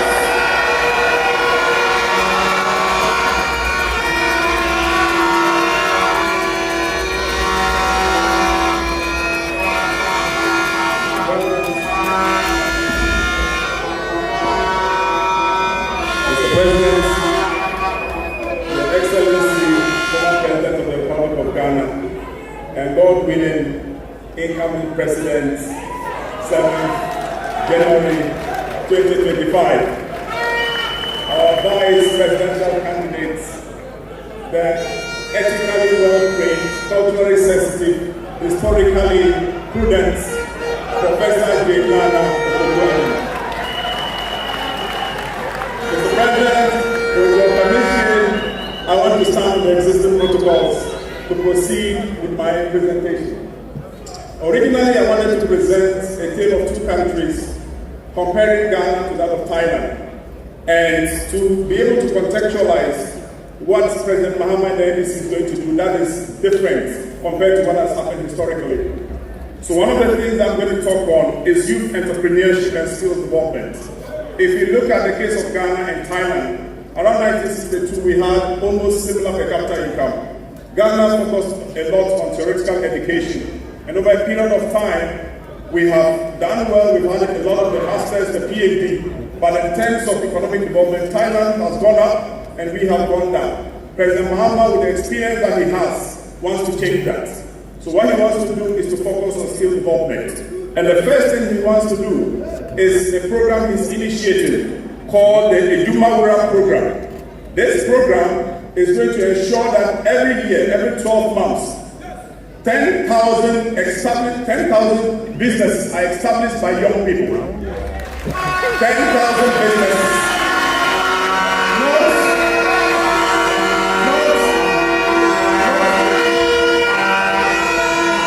Not 10,000 jobs, but 10,000 businesses. And these businesses will be made to employ at least between 20 to 50 people over the 4-year period. So with the first year in 2025, at the end of that year, we will have created approximately 500,000 jobs. And over a 4-year period, it will go to 2 million. In order to do that, President Mahama is going to establish a national apprenticeship program in each district where he's going to set up business services. And he's going to have a lot of people to teach young businesses, to learn how to do bookkeeping, to learn how to manage, to learn how to run a business, to learn how to file GRA forms that are needed so that they can be mentored to build businesses. And then from raw materials, they can move to a value addition. So that's the first thing that he's going to do. There will be a national apprenticeship program. And added to that, one of the problems that we young people have when we start business is that we are told by the banks that we are not credit ready. President Mahama is going to have a database where our businesses and our experiences are kept inside, and then it is linked to the national credit system so that we can be appraised over a period of time, and then the government intends to make sure that over a long period of time we are allowed to be able to grow our businesses and become the Dangotes of tomorrow. Another thing that President Mahama wants to do is to establish a youth microcredit institution with a seed fund of 750 million Ghana cedis.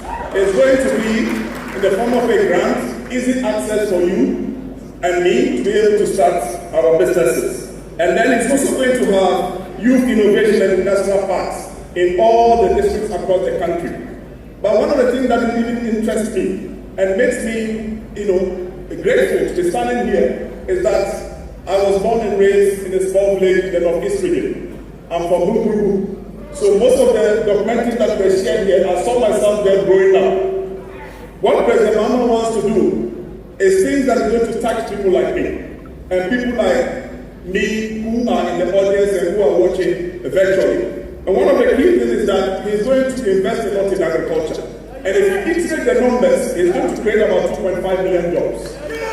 And these are the facts. So what he's going to do, President Mahama and the NDC has identified that as young people, when we go into agriculture, we have problems getting land because of the land tenure system. He's going to use the force of government to work with our chiefs to get lands and divide it into agri-political zones across the country and give us the opportunity to be able to farm. So we will no longer go to the hassle of accessing lands because the government will do that. And on top of that, you have farm services companies who will be in each of the districts. And their duty will be to help us get improved seeds, to help us get fertilizer, to help us get access to market for the produce, and to make sure that it is linked to value addition. So there's going to be an agro-processing component on that. So for example, if you're a young person here and you sign up to that program and you cultivate soya beans of 1,000 acres, soya beans of 1,000 acres with improved seeds, you can get about 3 tons per acre. So if you calculate it by the end of this year, soybean prices per ton was 9,000 cedis. So if you do 1,000 acres, you can employ 100 people, and within 120 days, you can make $1.5 million from that. So that's what it's coming to do. So this is why I am excited to be here to reiterate that if you're a young person like me, if you don't have a double barrel surname, and your father or your grandfather was not part of the Big Six, and your father is not president, and you cannot get $34.5 million to be able to supply spare parts, and you're like me, please do not sit. Get up, join the train, campaign, and vote for President Mahama come December 7th. He is the second pair of us, he is the first person, and I am very proud of you to support us to make it the best of the country. Thank you very much.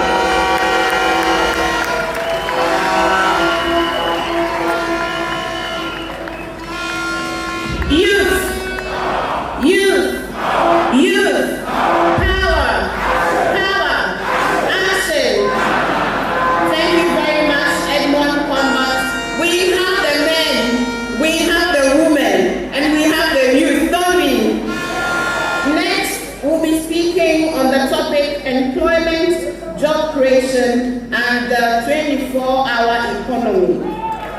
Ladies and gentlemen, let's welcome a former General Secretary of the Ghana Union of Professional Students, a social entrepreneur, participant at the Ghana Stanford University Being Overseas Program 2023, member 2023 cohort of the Frederick Ebert Stiftung Young Leaders Program, a dynamic, amplified woman, Lamisi Mavis Apeliba. Show some love, please.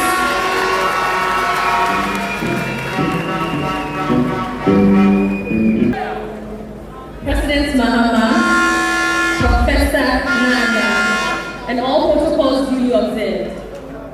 I would have loved to today stand before you and wish you a happy International Youth Day. But sorry, I can't. I don't think we are happy. Guys, are we happy? No! Happy in this economy. We don't have jobs. High cost of living. Today, one malnourished food is equal to a balanced diet. We sit here and we are facing serious rent crisis. Young graduates, young couples, and young people like me who are starting up their lives.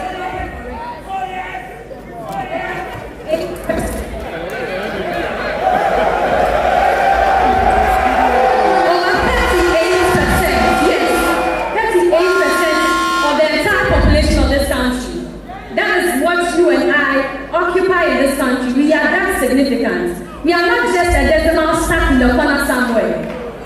Yet appointees of this government, cardinal appointees of this government, who contribute to the rising unemployment, sit on their high horses and call us lazy.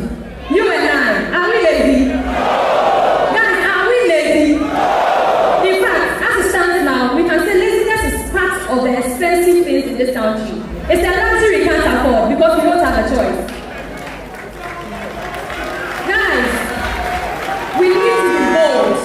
We have people in this country, youth in this country, receiving salaries as low as 700 cedis, 800 cedis. Cost of transportation has skyrocketed. There are so many things happening in this country. This country is a total mess. So please, forgive me and understand if I can't wish you a happy anything. We are supposed to be bold. We will survive till December 7, but we will show them. December 7, we will show them. When we survive, when we get to December 7, we must be bold, guys. We must be very bold. And you see, these bold ideas will not come from the sitting government. They will come from President Mahama seated here with us. Let me tell you what President Mahama said he would do to curb unemployment in this country. So first, President Mahama acknowledges that data is very important in every process of procedure. And so he said, we would have to gather data. He would set up the National Youth Employment Bureau under the National Youth Employment Agency. The work of this bureau will be very simple. Very, very simple but relevant. They will gather data for us. They will have to gather data on artisans, the number of nurses, the number of doctors, the number of masons, the number of welders we have in this country. And this data will be used to inform policy. Guys, this is the man we have to vote for. He is very much aware.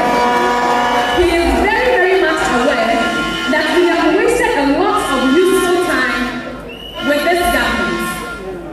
And so his tenure cannot be used for trial and error.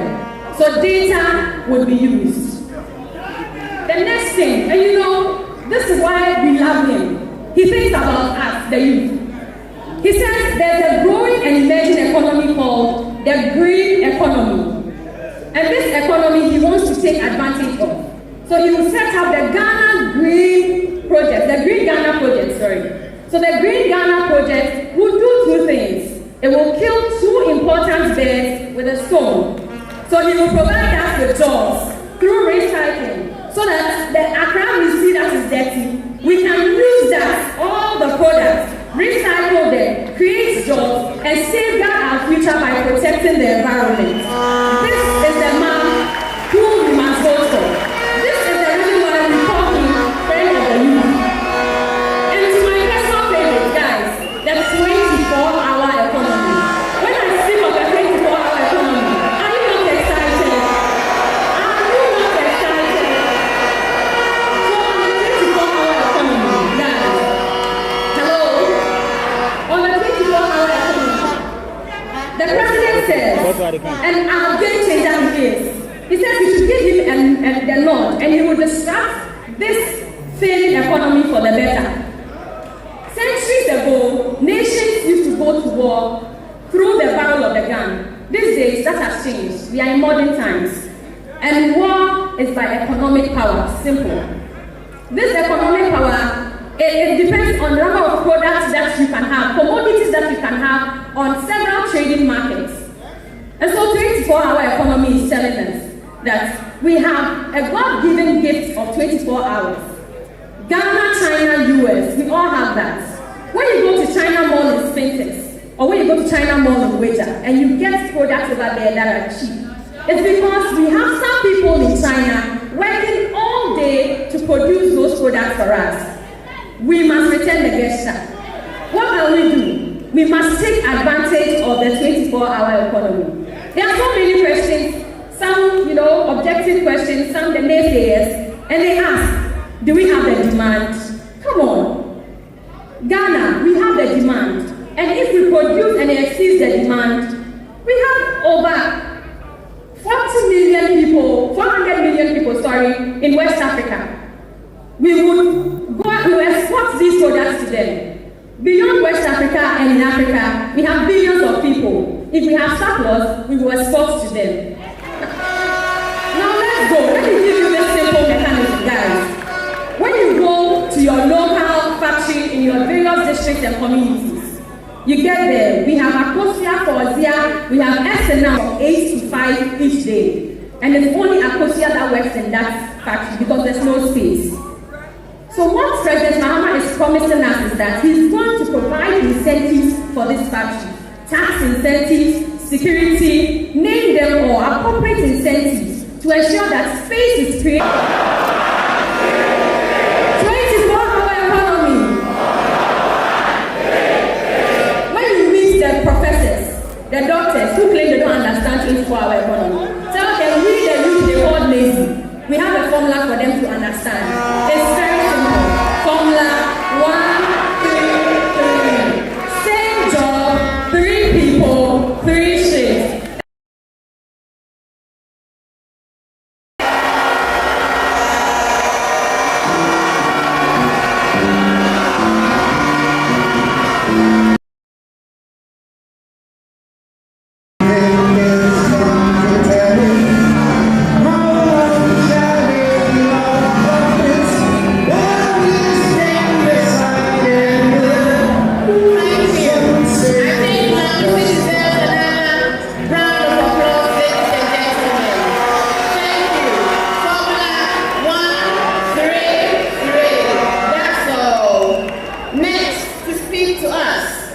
It's on the most important topic of education.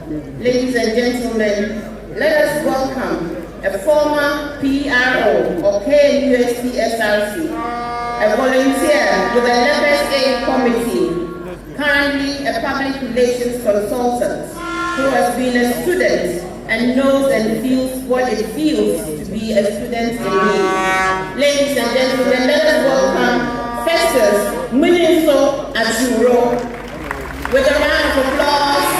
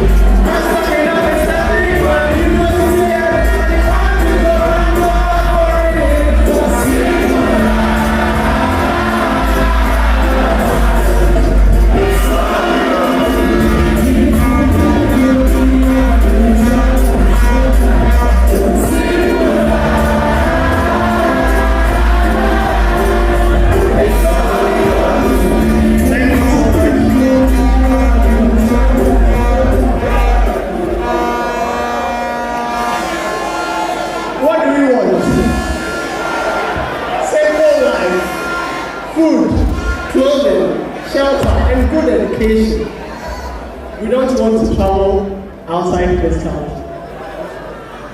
I'd like to start on the same protocols that my earlier speakers have stood on and greet everyone who is here, especially my fellow youth who are here. So I'll say hello to you all. My name is Festus. My friends call me Brown. But today, I like to call you friends. So after here, you can call me Brown, of course. I'm here to talk about something which is very dear to all of us: education. We all watched the video that was played some few minutes ago, and a lot of the ladies complained. What was their biggest complaint? They finished senior high schools and can't go to university, so their lives have taken a bitter turn. President John Mahama says this is going to be different. He sees a better future with the youth. When I was much smaller, I was told that I am the future leader. That future is now.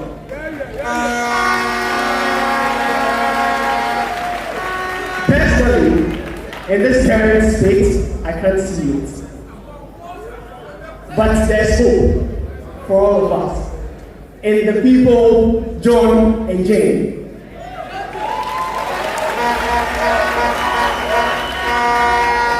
So all I ask from all of you is that you walk with me as I journey with you through education. I'm not going too far back, but then we can all agree that the progressive free senior high school education was started by our very own President John Mahama.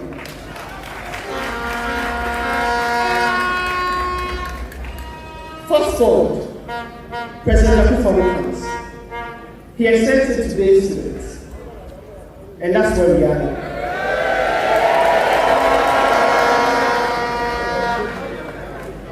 But in this current state, our educational system is not the very best. We have overcrowded in our public schools. We have people who have finished senior high school and can't progress into the universities.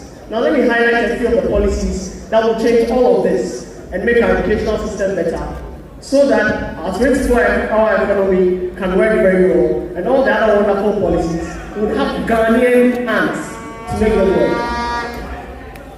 The first I'll talk about is President John Mahama promises to improve secondary education by doing three things. The first thing is ensuring a sustainable funding for free senior high school education.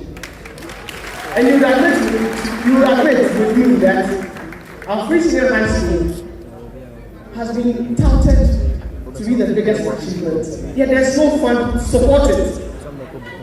You can't claim this is your biggest policy and not support it. Where do you want to take the money from? Thank you. We will also complete the construction of the E-blocks and expand infrastructure to guarantee access to all students. About this, a few days ago I was watching news on TV3, and they did a documentary on how the E-blocks have solved. And there was this particular community. Their people have to travel all the way to Kabani and further places so that the students who complete GHS can have secondary education. And all they asked for was that the current government complete it. But we all know that is not going to happen. So I'm charging you, for the betterment of the younger ones and all those behind us, please, on the 7th of December, don't sit in your house. If you are watching me, step out and vote for the completion of our E-blocks.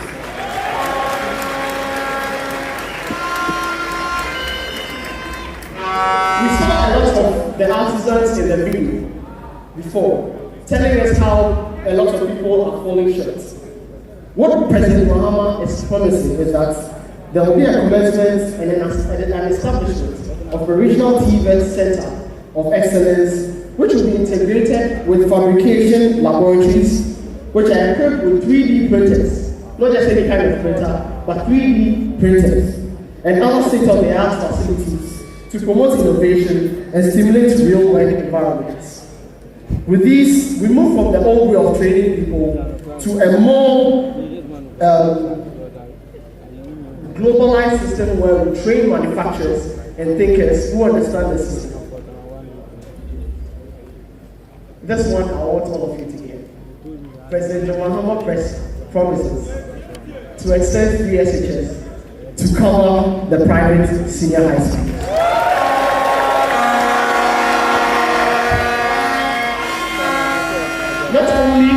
promising to dedicate a fund to Keep Senior High School, but he's extending it to cover the private senior high school. What do we do? We have students who can't go into the public senior high schools, basically because the public senior high schools are full. But we have empty private senior high schools. If we can educate people at the same cost that we are educating people in the public senior high schools, in the private secondary schools, why do we leave the private secondary schools over there? Let's move them there and pay the same cost for them. And I think this is a very honorable initiative. So what should be done for them? I don't know if you're excited about the few policies I've mentioned yet, and I'm sure the next one is going to shock you.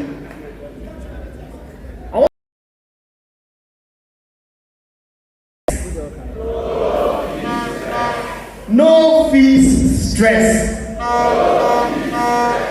What are we saying?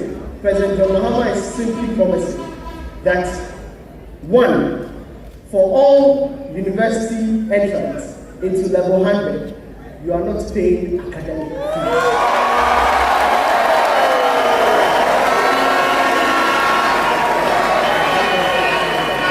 No academic fees for all level 100 students. We've heard many stories.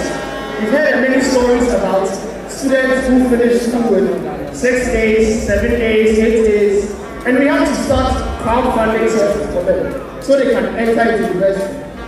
All of that will be a thing of the past in the next NDC administration.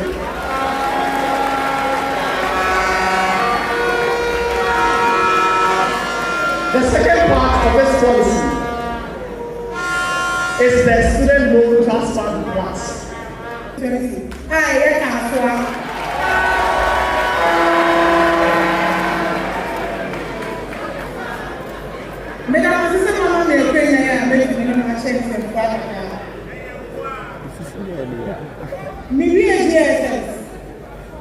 Now, we will do the fashion designer, but not a feminine. Monsieur Jima was serving the mother friend of the kind chain. Monsieur Jima, now the sound when it's a doing Cassia said, the person the fashion designer a doing time, but not a feminine was it's on some years of some real. And now I'm checking and the case His Excellency John Dramani Mahama, Baba Jigan is you. Now, she said, yeah, I can step up certification policy. I'm the woman. What do you mean? God's peace.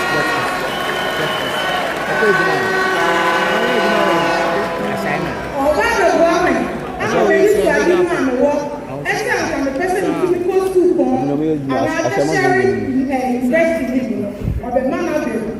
Now, what is your baby? And the woman. I'm a missioner for tertiary technical school civil. Now, I'm a fashion. Now, I'm a certified fashion designer.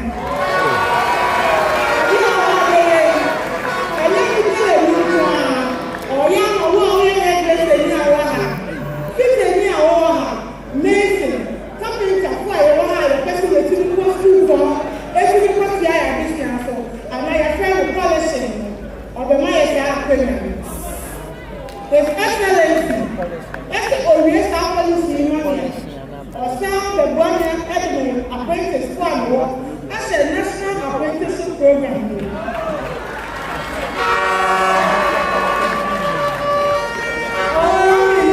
I'm sure where to make. I'm on the stage, man, or better one. Or yes, then I'm here on the local stage many years.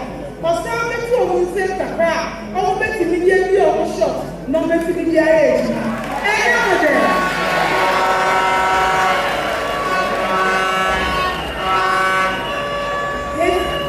His Excellency said, so we start the area. On Jam Papa DJ, who are one year, Mr. Obama. And you might be saying, it's too much to be so far. Anyone in your insurance schema, His Excellency, every of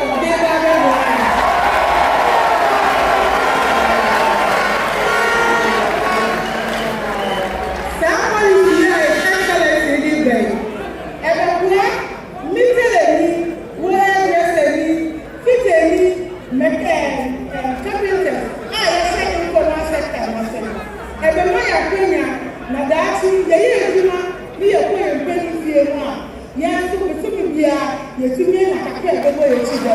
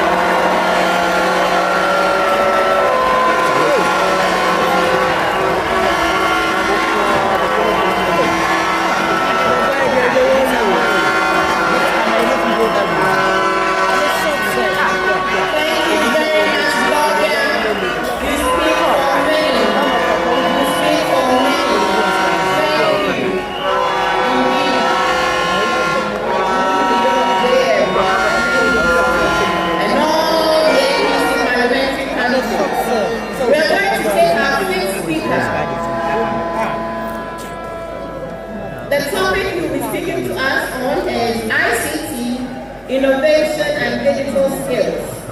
Ladies and gentlemen, help me welcome a former NUT General Secretary, a policy advisor on education policy and advocacy for All Africa Students Union, head of communications and new media, Global Student Forum, a young man and a committed citizen.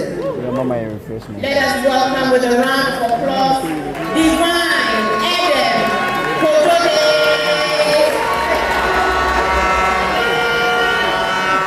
And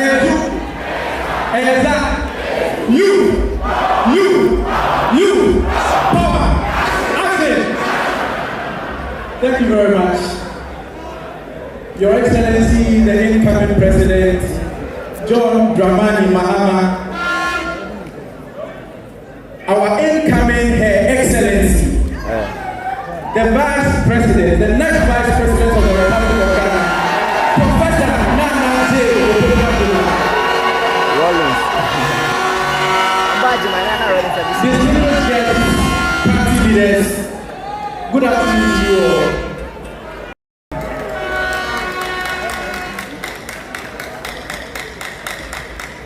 I'm going to start with a very simple riddle, and I hope that we all know the answer to that riddle.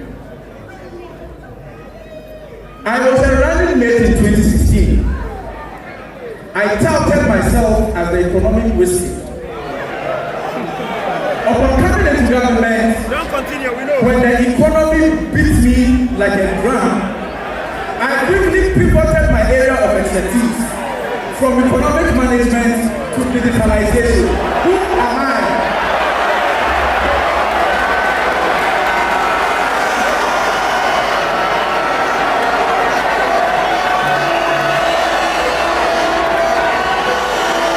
Ladies and gentlemen, I am going to share with you a few of the policies related to the digital economy that our incoming president is going to implement with a very able team of qualified men and women that the NDC has. Now, these are not the one-zam policies of the NDC. These are well thought through, implementable solutions to our challenges in Ghana. Now, as many of you will recall, in 2016, President Mahama started the Ghana Digital Centers Initiative. Under this project, he established the Accra Digital Center. This was a world-class $8.3 million facility, which was supposed to incubate startups and provide jobs. At the last count, the Accra Digital Center was supposed to provide over 10,000 jobs if it was. At the last count, the Accra Digital Center was supposed to provide 10,000 jobs if the Opoku government had put to good use the facility that President Mahama put up. But what did they do? They came back, when they came into government in 2017, they rather filled the Accra Digital Center with party boys and girls who have been trained in the art of misinformation. That is not what John Mahama promised. And so when John Mahama comes back, what is going to do? We are going to put the Accra Digital Center to good use. Startups will be integrated at the Accra Digital Center. But John Mahama realizes that Ghana is not just Accra. So what is he going to do? He's going to establish more digital centers in the other regional capitals so that digital skills training and the incubation of startups and the provision of digital jobs is not just limited to Accra, but it's spread across the entire country. Now, I'm going to share a story that is very personal to me. I have a very good friend. He's always coming up with ideas. I mean, I have not met anyone who is an ideas person like him before. And if you will permit me to mention his name, back in 2022, Harry said, Divine, I have an idea. There's a lot of fraud in our mobile money payment systems. So I want to come up with an app that is going to eliminate the issue of fraud. As to how he was going to do that is privileged information, so I'm not sharing it here. Now, we put up a proposal and all of that, but ask me what the project is. It takes work portal. Why? Because the amount of money we needed to scale that up, we didn't get it, and we could not scale that up. For people like Harry who have good ideas, who have innovative ideas to societal challenges, John Mahama is saying that his next government is going to establish a $50 million fintech growth fund.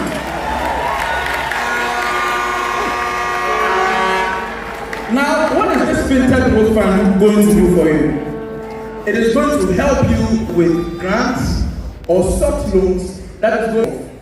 Now, beyond just helping you to deliver on that project, we do realize that if we are to solve the unemployment crisis we have in Ghana, then our young people must lead the charge on job creation. So we are not just going to help you develop an app or develop a system and then we leave it there. No, we are going to give you the money, we are going to give you the resources so that you can hire a team, you can set up your operations, and you can market your innovation to the world. This is the promise of the next Mahama government.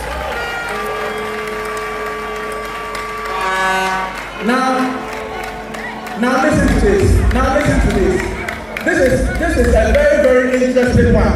And we are not going to allow the MPP to steal this policy. No, they did not think first about this. It was President John Mahama who first thought about it, and he alone can implement it to perfection. What are we talking about? This is the 1 million coders program. The next John Mahama-led government is going to train 1 million Ghanaian youth in digital skills and coding. In the current 21st century, in the world in which we are, everything is digital. So John Mahama's government is going to train us in coding. We are going to be trained in digital marketing. We are going to be trained in software development. We are going to be trained in a lot of digital. Where are we going to do this training? As I earlier told you, we are going to establish a lot of to train people in these soft skills that we are talking about. But I mean, we all say, okay, we have the training, we've gone to school, we are educated, but we don't have jobs. So John Mahama is not just going to train us. John Mahama is going to implement the Digital Jobs Initiative. Now, what is the Digital Job Initiative? In the digital job sector, there are two key industries that are revolutionizing the way businesses operate worldwide. It is business process outsourcing and knowledge process outsourcing. What is business process outsourcing? So there's a company in the US. The company will just say, okay, is there a firm in Ghana that can handle customer service for me? So let's say a call center, such that if people were to call into the office, the people, the firm in Ghana will be handling those calls. Now, you know, a lot of these jobs can do them remotely. So that is business process houses. But knowledge process houses takes a step further to say that, okay, those very high level skills, like research, software development, and all of that, we are going to look for a specialized firm somewhere that is going to handle those processes. Obviously, labor in their countries, because over here, labor is not that expensive. And so they will outsource those jobs to us. And it is happening a lot in China and in India. Now, when you go to India, a lot of the young people who are not working in Indian firms are working for American firms. Why can't we do same in Ghana? Now, mind you, John Mahama is saying that he is going to partner with international firms. The state has the capacity to engage international firms to outsource some of their business processes to Ghana. And so after we've been creating the 1 million bonus program, 1 million jobs are waiting for us in the digital sector, which the next John Mahama government is going to ensure that they are going to be getting. Now, finally, guys, let's be real. I know, we young people, we don't like stress. We are like that. So when you tell us we need to, so for example, I want to register a business. I have to go to Registrar General's Department now, Office of the Registrar of Companies. Go through a long bureaucratic process. If I want to apply for a passport, can you imagine? My cousin applied for a passport last year. We are in the 8th month of 2024. He doesn't have his passport. So, in this day and age where young people are able to take their phones, use ride-hailing apps like Uber, Yanko, and the rest. In this age where young people can just sit at the comfort of their rooms and attend classes virtually, write exams virtually, and the whole government is telling them that to be able to get a license, your driver's license, or your business certificate, you need to go to some government office, you need to engage some so-called goro boys, you need to pay about sometimes 5 times the actual cost of the service. It doesn't make sense to us. Now this government claims to have put in a number of measures, so-called measures, to solve these challenges. But we are on the ground. We feel the difficulties. Nothing is happening. The so-called digitalization of this MPP Bawumia government has been nothing but a charade and a scam.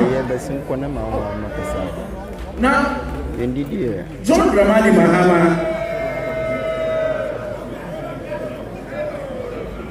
under the next John Dramani Mahama-led NDC government, we will bring true digitalization to Ghana. And this isn't just so. President Mahama has already proven that he understands what it means to deliver on a digital economy. During his first term, he laid the groundwork with significant investment into our digital economy. Do you remember the 900-kilometer fiber optic cable running all the way from Accra to Opoku? That was John Dramani Mahama.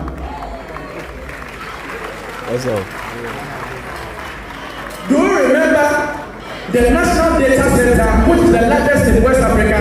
That is John Dramani Mahama. Do we remember the Accra Digital Center?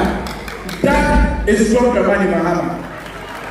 Do we remember the e-services government portal? Yes, that too is John Dramani Mahama. So this is a man who is clearly not interested in sloganeering. He talks the talks and does the talk. He's an implementer. Now, another interesting thing is that under the next NDC government, digitalization is not going to be an avenue for cronyism. What we have seen under this government is that every so-called digital initiative is one way or the other linked to a friend or relative or some business partner of Alhaji Bawumia. John Dramani Mahama is not going to run that kind of digital economy. Ghanaian youth companies led by Ghanaian youth are going to be at the forefront of Dr. Mahama's digital revolution.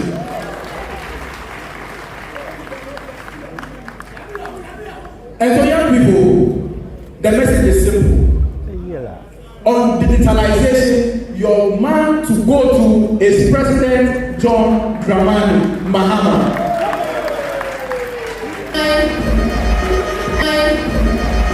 I currently the owner of car number GW111124. You need to move your car. If you're like me who don't know your car number, any trouble for you.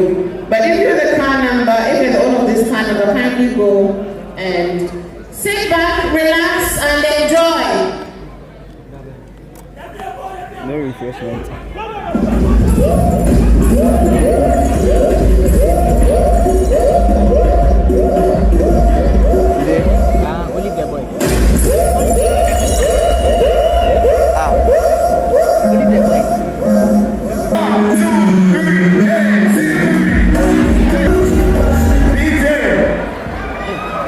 Are you guys feeling good here?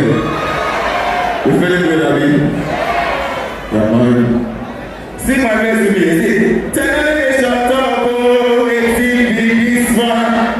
See, I'm not sucker for no love. I'm for no. Me, I say, oh no, say she me sometime.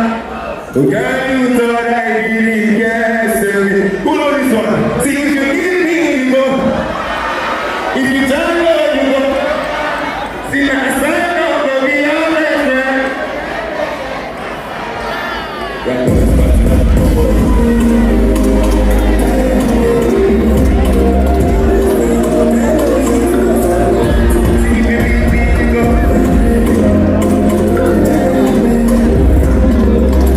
love you guys so much. Thanks for having me.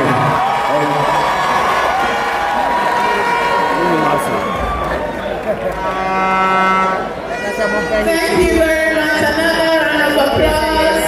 That was beautiful. Only the boy. Give him another round of applause. Thank you. I'd like to take this moment to also pay tribute and honor the memory of our 8 fallen heroes during the last elections. Let it not again be that a peaceful election will lead to such show of power that will lead to the loss of lives. Let it not be. I'd also like to acknowledge a few of our traditional leaders who are here with us. I'd like to acknowledge the presence of Ni Boy Kabadan II, Ghana State Akoshon Manche, Ni Boy Kojo II, Bawe Manche, Ni Patekwe III, Bawe New House Manche, Ni Aben Kloba I, Bawe Gonsi Jasiche. Thank you very much. I have a lot of work to do in the next administration come January 2025. We also like to acknowledge my dearest sister, Joyce Bauer, one of the strong female voices of the NDC who speaks for the candidate. Some people amplify women by these. Let them learn the good example.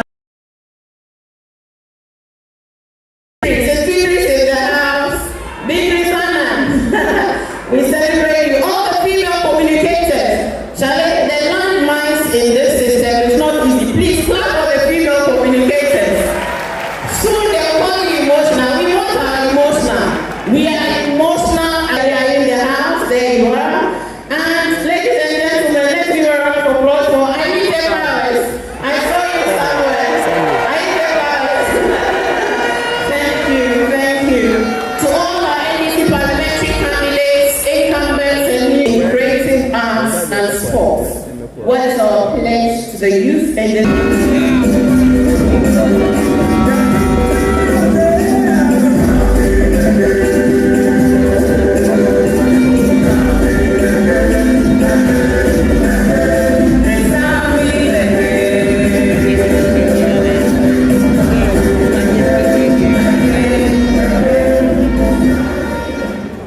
His Excellency President John Mahama.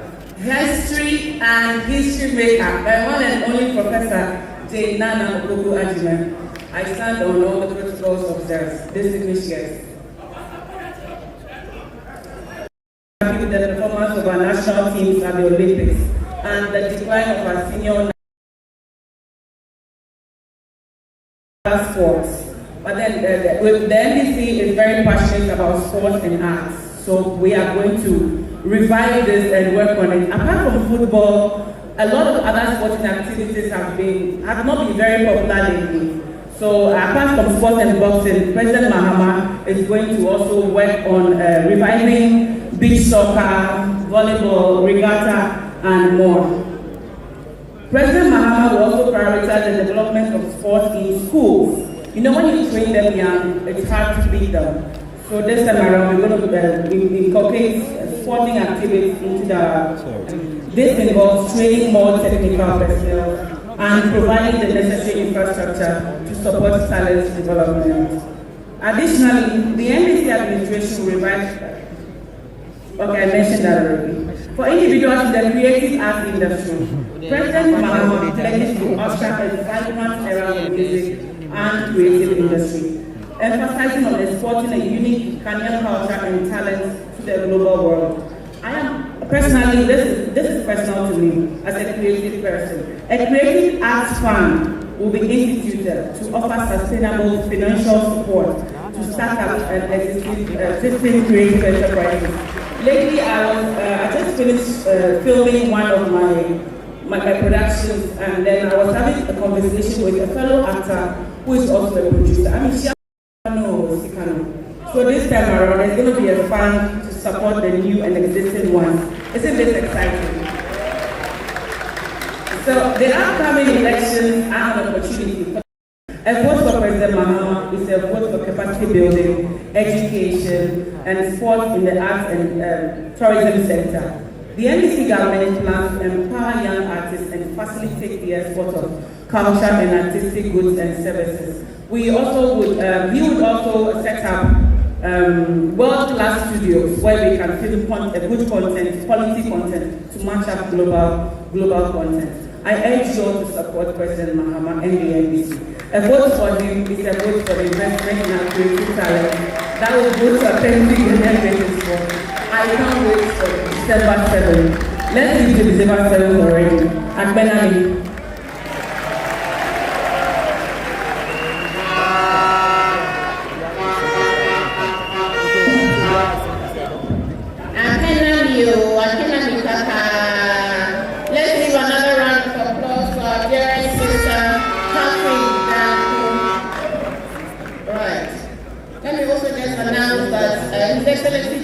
Mahama's town hall meeting with Ghanaian youth will be at the Bukom Square this evening at 6 p.m. We are not feeling any ground. We are hitting the ground running. So please, if you can, do join us at Bukom 6 p.m. tonight. Also, let me quickly acknowledge the presence of the Secretary to the Manifesto Committee, the Honorable Nana Oyemba-Ado, the ever hardest working woman I've ever come across, and Dr. Mary Ewusi, the Deputy Director of CSO Relations, and her boss is sitting right there. I got it finally. Otikono, who is actually the Director of CSO Relations.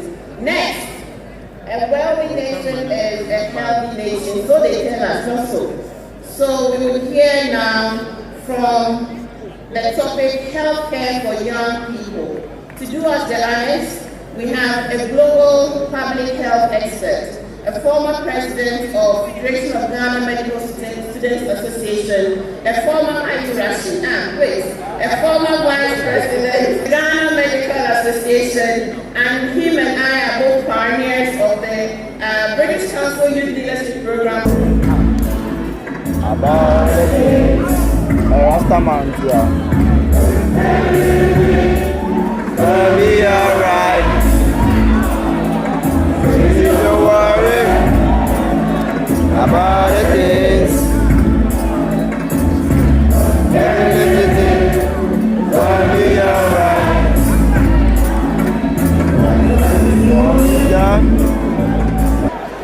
For promise of a new dawn where we will smile with the rising sun. And that rising sun is going to come up on the 7th of December 2025 under the competence and incorruptible leadership of President John Mahama and Professor Opoku. I thank the party leadership for the opportunity to share the NDC Manifesto. Just last week, news broke that the kidney dialysis center at Opoku Teaching Hospital has been shut down because of finished consumables. Exactly 6 months ago, the kidney unit had to shut down again. This time, because of rising debt. A year ago, the Cape Coast Teaching Hospital announced that they were raising funds to set up a radiotherapy center. Increasingly, we are seeing young people suffering cardiac arrest, strokes, kidney failure, and cancer. And the issue of unsustainable funding in healthcare is one that is of great concern to President John Mahama and the NDC. To tackle this issue, President Mahama is going to set up the Ghana Medical Trust Fund, which will help to manage these chronic conditions, support people with kidney failures, with cancer, and with hypertensive disorders. We know that their lifestyle issues are still. And under this initiative, we'll work with nutritionists in Ghana to use local foods to address underlying anemia, childhood obesity, and then children who are stunted because it's a real issue in Ghana. Also, the NDC is going to invest in infrastructure and spaces and create community parks. I'm sure many of you have seen all the spaces in your community taken up by concrete jungles, cement buildings. President Mahama is going to create these spaces so that the community parks are going to help introduce an exercise culture so that people can become healthier. Now, all the things I've spoken about have got to do with tertiary care, specialized care. But the NDC's policies are not just about tertiary care. You will be happy to learn that the free primary health care program is coming back. Not only is it coming back big and strong. You will pay no premium at the level of health centers and CHIP compounds. Activities that we plan for us to improve access to care. There is the pharmacy care program, the pharmacy program. And what we are going to do under this, the NDC is going to do under this, is to change the regime so that pharmacists can have clinics attached to them. By this way, the care is going to be closer to people. Students not being referred to hospitals early from boarding schools, and some of them died. And the NDC's manifesto is going to set up satellite clinics as an elevated form of the sick base in all boarding schools. All boarding schools will have satellite clinics. Not just clinics, they will be managed by qualified health professionals. So that when you're a child and you fall ill, you'll be attended to properly, and if you need to refer, you will be referred on time. NDC, we are all about the regular people. So we are not leaving out passengers, we are not leaving out drivers, we are not leaving out market women. What we intend to do is to attach clinics to markets and then trotro stations. This way, should you fall sick at work, you'll be attended to properly instead of going around hospitals and not having a bed and sleeping. We've talked extensively about what we are going to do for the rest of the people. What I need us to realize is that Professor Opoku and President Mahama's policies tap the health professionals as well.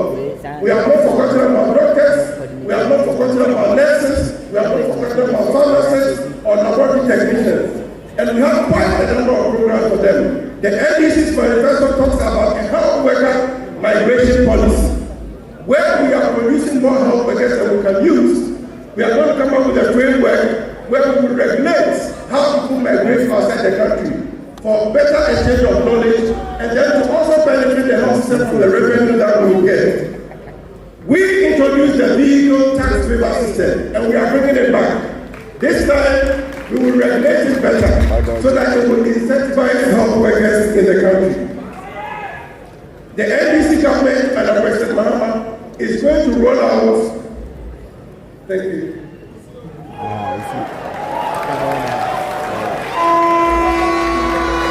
Alright, let's do this.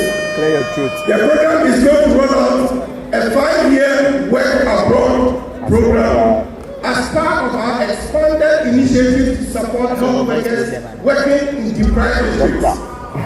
We are not going to do that. And we have the track record, and we've done it with understanding countries that have done it. And it's not going to be next time because we know that there are people working in hard-to-reach areas, and we are going to put a stake in the ground that will make a program and help them to move. Health workers are working, being exposed to injuries, being sued in law courts, and we are going to set up a risk exposure insurance to be sure that clinics can take care of the cost when health workers suffer injuries. Finally, to motivate health workers, the same way that we reward farmers and other people, we are going to reward health workers who are contributing under very challenging circumstances. When I say these things, you should understand that when President Mahama was in the office, he did them. I mean, you can be his opponent and you can say you will not use UGMC because it was built by President Mahama. But if you refuse to use it, COVID would expose you. Ladies and gentlemen, these interventions would only be possible if we have an experienced, competent, and trustworthy leader who doesn't say one thing and do the opposite. That leader is President Mahama. He's the hope for the youth of this country, and I urge everybody to vote massively for John Mahama in December 2024. God bless you.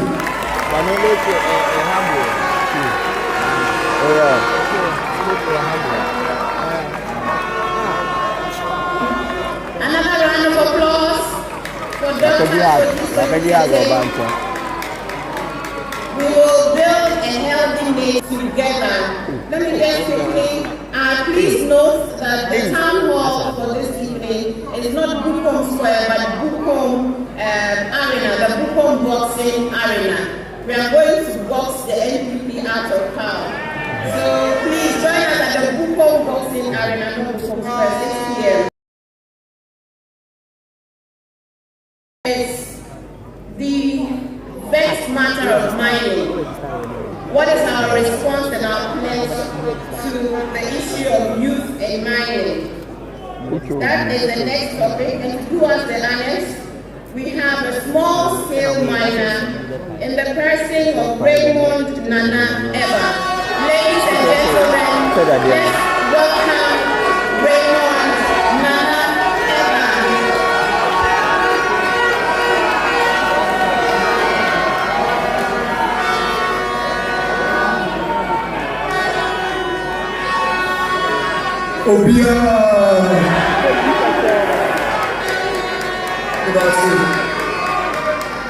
Hey, okay, me bro.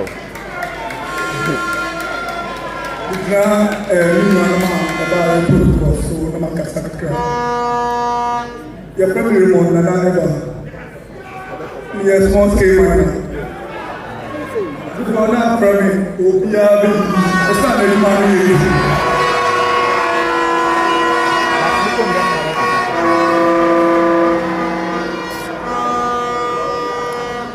You better get Papa, small scale miners for sale. You better get Papa, incoming president, John Mahama. Sir, will you buy tea? All I see, and I say, all coming the manifesto, will you buy tea? See, and so you're brought, and so you're by the Emeka. Only now, and the share. And I will be on my ideas and pop ever to me. Ideas and pop better. What you two say? Banner or small scale mining for better board.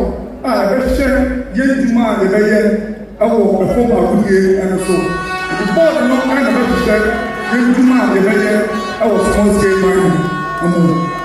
Oh, yeah, so good. A man will buy it. And then small scale mining. And I hear that she's and the body, I'm a getting out of Nanso, the President Mahama is here. Or say, Bana or Bana. Yet is what the man is for. I think a higher power and say, Yadin lances. Duduana lances, Yadin. Obiaba of me this year, one year old, and our dear Goma, and our sheer masses, no free. And on here, transfer my say, oh, and this is a bank crime, and son of my lances. With the Java penny, Java was a banner of Banner, Ubefi Paga, Ubefi was a home, Ubefi Hano, none about Ubefi Nawa, and or the office from when the district minister, I'm also my I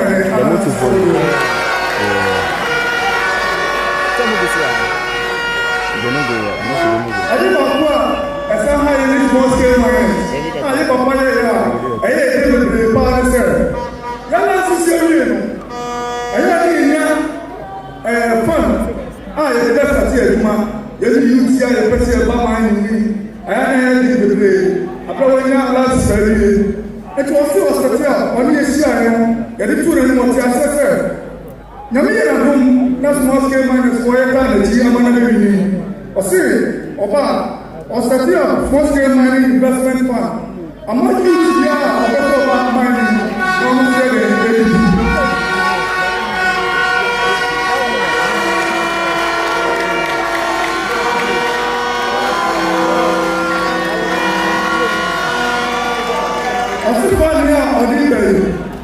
As I said, Ghana has our phone are the Obana said, our phone and so over machines our phone and a Tomai, and it's this area of Dilo, and now say, Oko, by to say, or certifying Obama youth know how personal mine. Responsible mining, every year, scar, but media bill, now for years, man. The rents are so real. And then they say, the machines are here, man.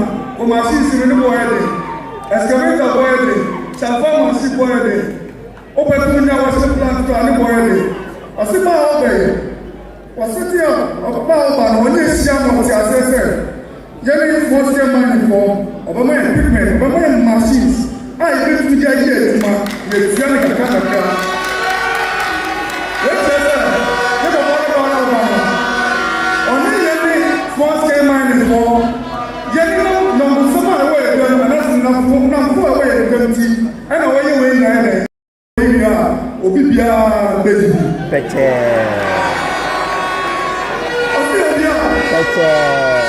Oh yeah, every two you know. What I say, my say, I am not supposed to get money for. You want see, you go there, and then you go no.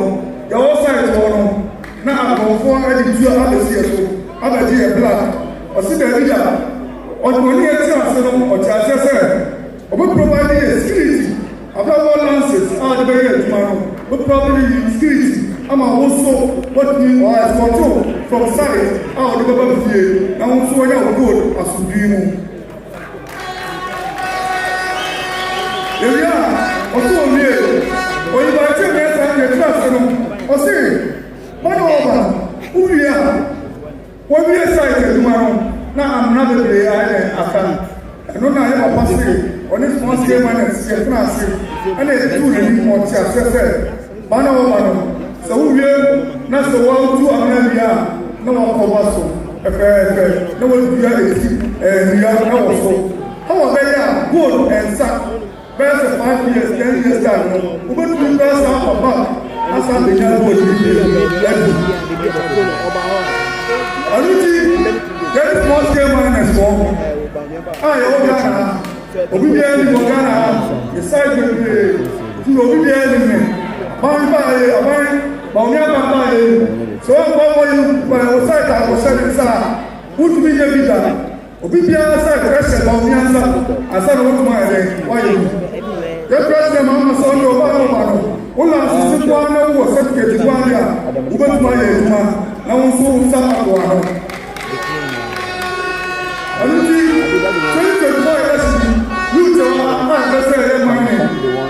small scale miners also here. Yes, some fancy. You can come near Puma, near Papa President Mahama, Owinia, Obibia.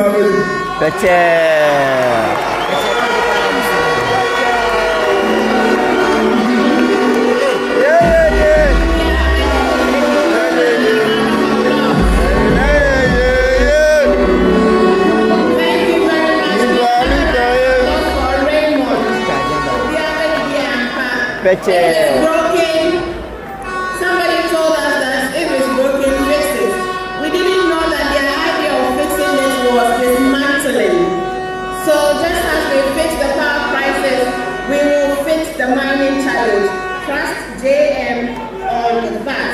We're moving on, and our next speaker will speak on the important matter of political inclusion, good governance, and youth welfare. Please help me welcome a current LLB student of the University of Ghana School of Law, a former president of the University of Ghana Debate Society, Deputy Director, Research, Innovation and Policy Directorate of the NDC National Youth Wing.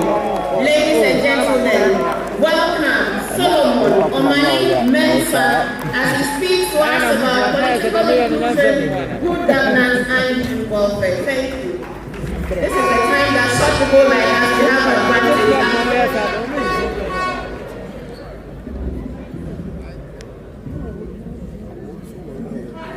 Thank you.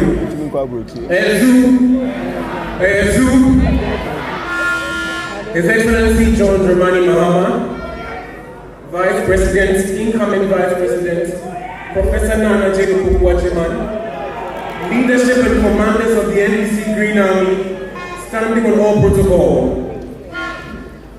Today, as Ramisi said earlier, is a sad day.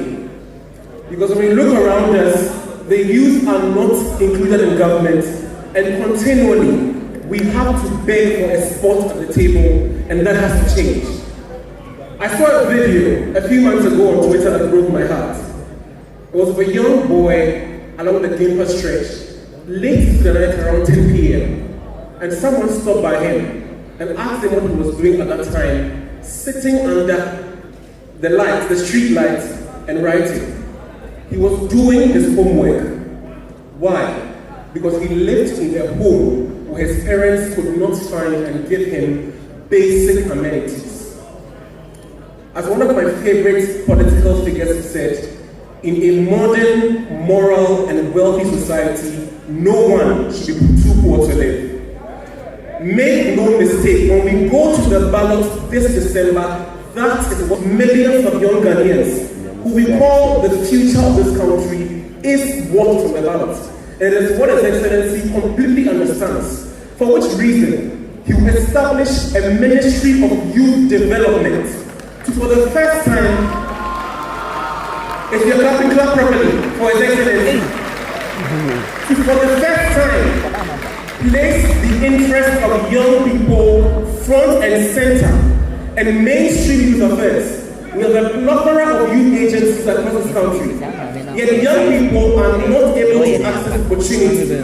What we need is to centralize these efforts, harmonize them, and ensure there is a one-stop shop that deals with all youth matters in the youth ministry when John Dramani Mahama will do together. As we are talking about political inclusion, young people, let us join hands for to elect an inclusive ticket, a ticket that will usher in Ghana's first female vice president.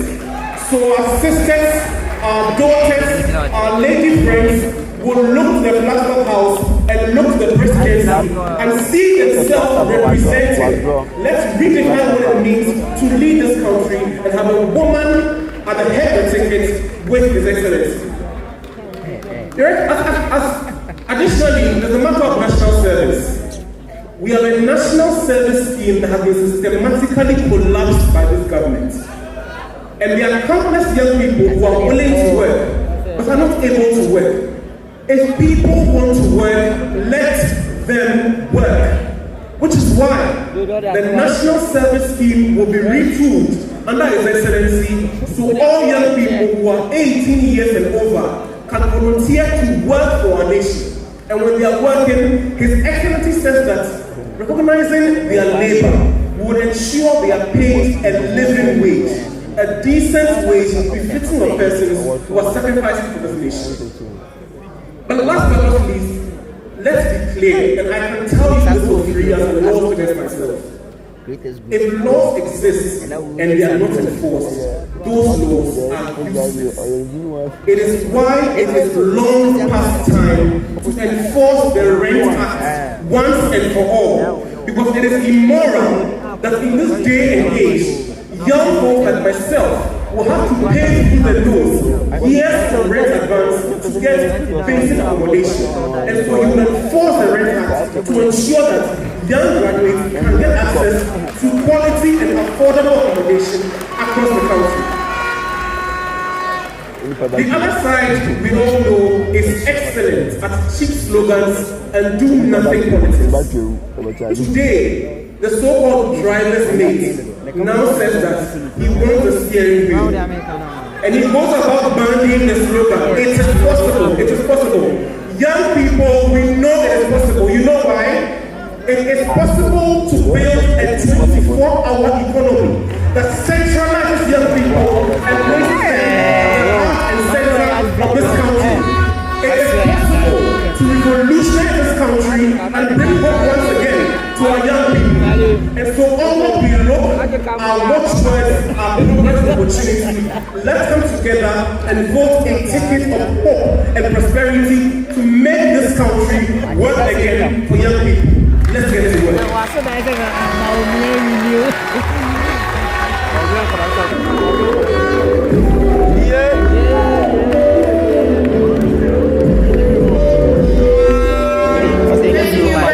Please, another round of applause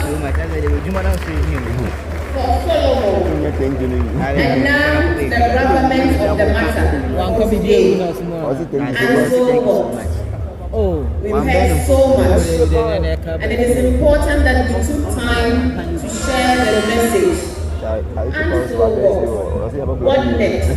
This is the first time in the history of this nation that a youth manifesto of its kind is being launched to show commitment to the issues of young people and to show the place of young people in the next NDC administration. So ladies and gentlemen, this is what we are going to do. We are going to hear a call to action. And I would invite two speakers to help us in this call to action. What do we want you to do? All of you who are watching us, what do we want you to do for us, for NDC, for JM, but most importantly for Ghana? Let us welcome the 10th President of the Accra College of Education, a young, dynamic, brilliant, astute leader, as she comes and speaks to us. Thank you very much.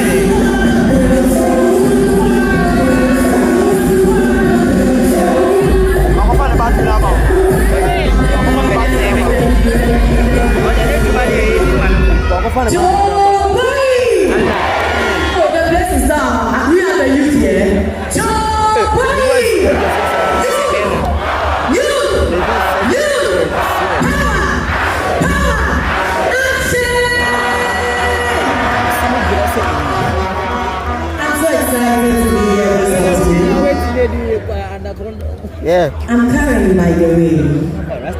I love ice cream. And I love my Saturday morning watching. Of course, we play digital. Anyways, yes, we believe. Anyways, this afternoon's conversation is all about my favorite atomic watching. December 7, 2024 is a big day for young girls like me. And my girls and I want to tell you why. I came here with some of my friends, Gifty, Elsie, Priscilla, and my very adorable self, Mayoda, former president of KNUS.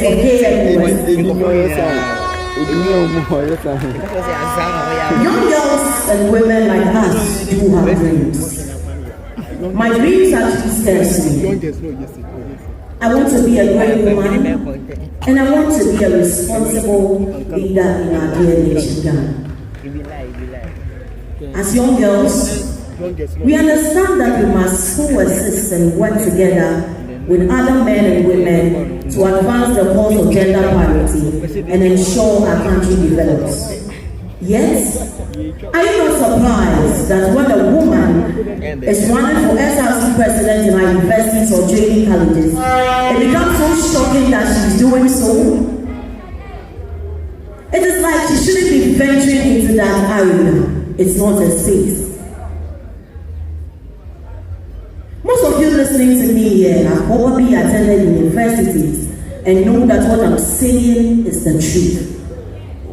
That the SRC president is for males and that women should be put into a small Ghana and must be content with roles like Women's Commissioner, General Secretary, and Treasurer. Yes, Women's Commissioner.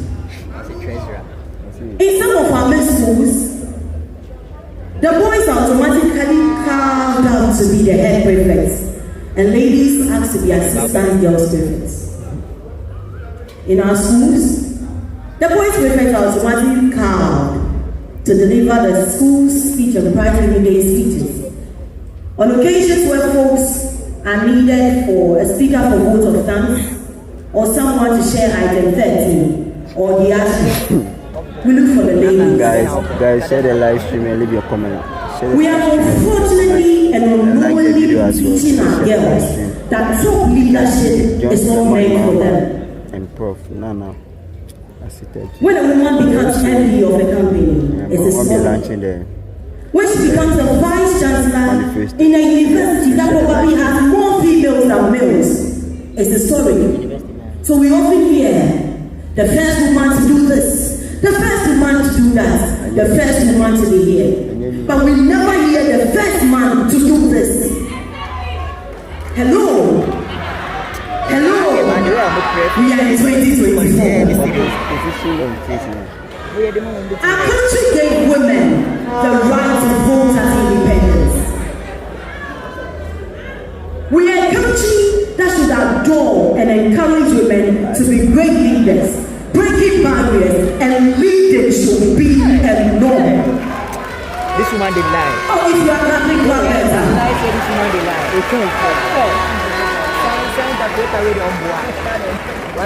Prof Nana headed ECC as Vice Chancellor. And a stellar performance in that university has contributed to its elevation to prominence as a leading public university globally in research. She became cabinet minister and ended her tenure as Minister for Education, unblemished, without an allegation of being a city stolen by her or her. This is a woman who was elected to the executive board of UNESCO. Yes, when she was announced as running mate, NPP saw guns, purchased Facebook bots, and rented media started framing her as grandma in the name of political cynicism, and take without taking a moment to reflect over her action in 2024. Indeed, a leading NPP political figure questioned President John Mahama for choosing a female running mate right in our House of Representatives, our Parliament, in 2024.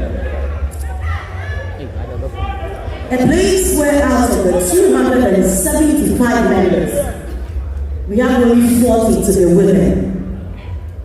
In a republic where there are more women than men. I don't know what they were thinking. But we young people, we love our grandmothers. And in fact, Professor Nana J. Opoku is a super cool grandmother. Guys!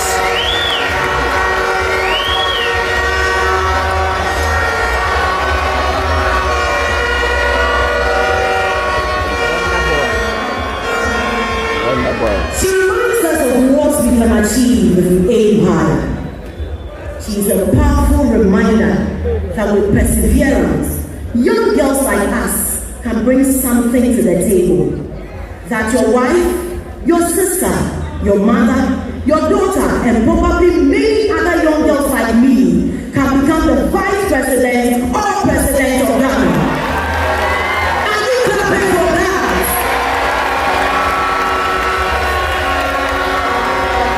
And that is why she's opening the door for all of us.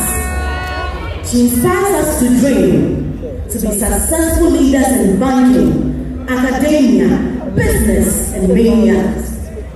We have confidence in President Mahama, and in spite of the naysayers against his choice by the people, standing in the way of progress of women, he stood his ground. Because he is visionary and understands fully well the importance of the door for women. This means a lot to us women. Can we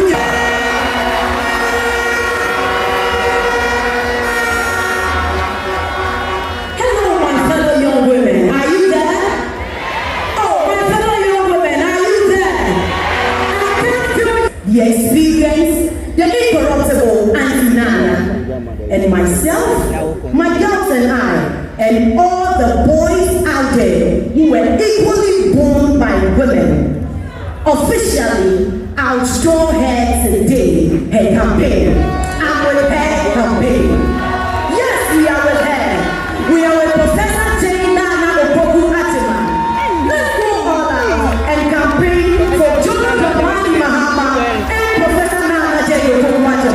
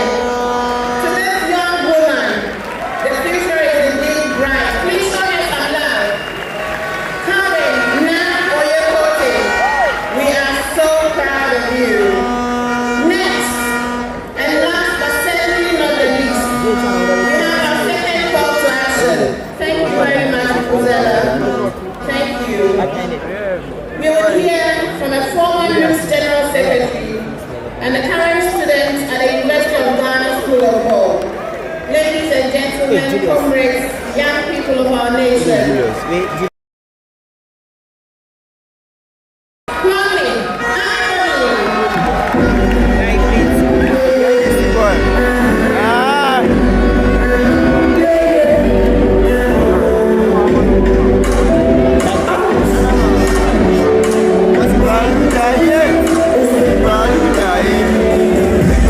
Mama,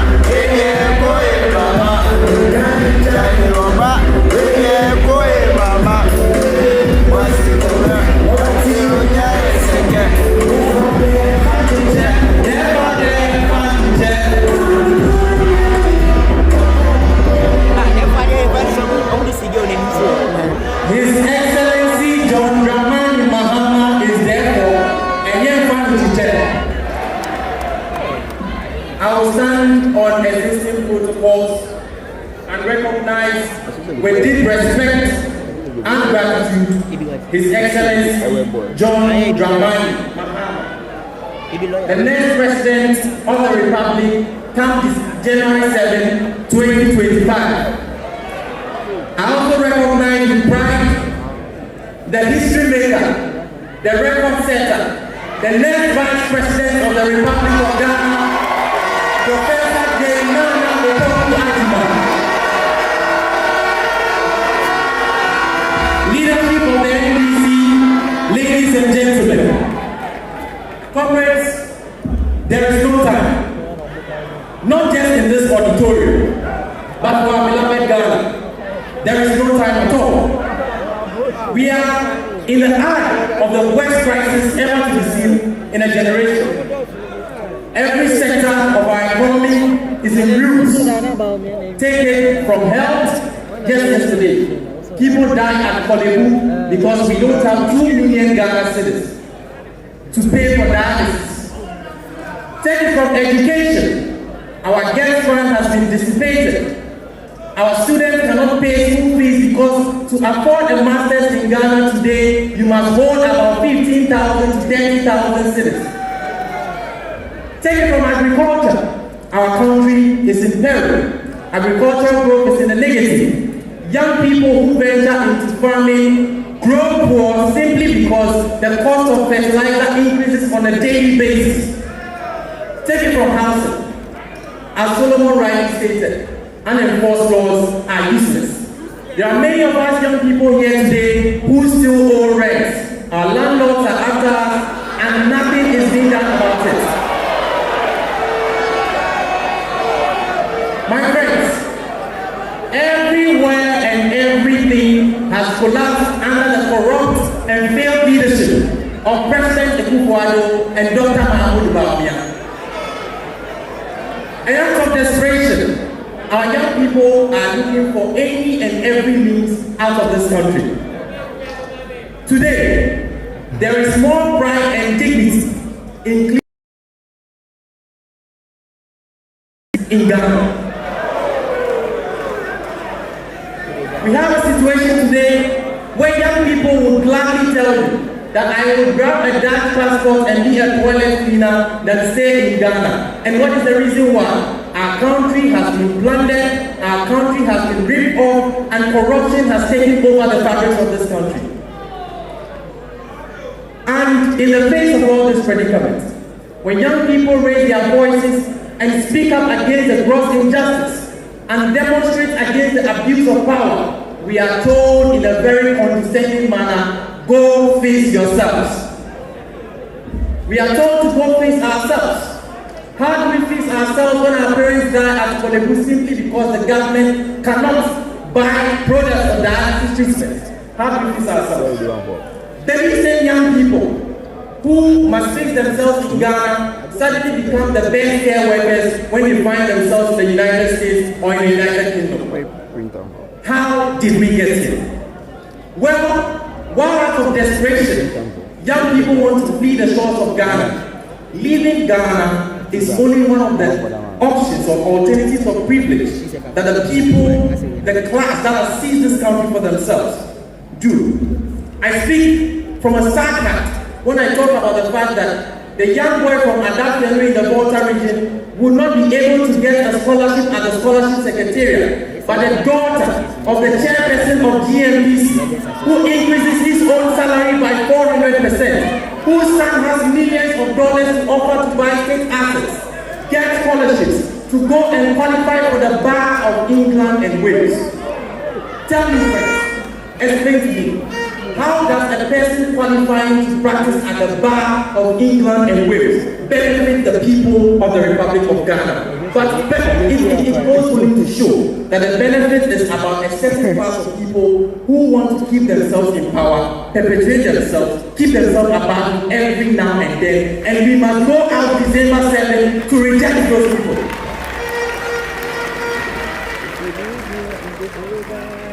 If not for sheer wickedness, sheer insensitivity, lack of conscience, and thieving classism. And I want to take that part again. Thieving classism. Explain to me why it makes sense that young people are told today that in the face of unemployment to the tune of 28%, in the face of young people up to 2 million without jobs, without training or skill, we are told that our way out of life is to borrow. Listen to me. No matter how they sugarcoat it, no matter how they say it in English, no matter how flowery they make it, if anybody tells you that without jobs, he's giving you a system where you can borrow, they are asking you to live your very basic life every day on borrow. That proposition is on the ballot, and that proposition must be rejected.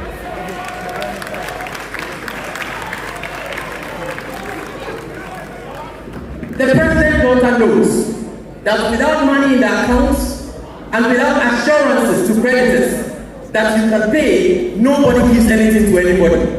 And that is why the president's daughter, within a span of 7 years, has registered almost 50 companies. And the president's daughter gets from the same Ministry of Health, who is unable to post nurses, who is unable to pay salaries to nurses, contracts to the tune of $34 million. They are securing their future while asking you to live on debt. That is what they are doing. And so, ladies and gentlemen, that is the stark reality of our country today. And I'm here to tell you just one simple message. We need a change of direction. The direction we are on to has no promise for us young people. The only promise it leaves us is that we must join the people of other African countries and start going through the deserts to locate ourselves somewhere in Europe. That is where it is leading us. Because if I must borrow to buy parts, then there is no future for our young girls. There's no future at all.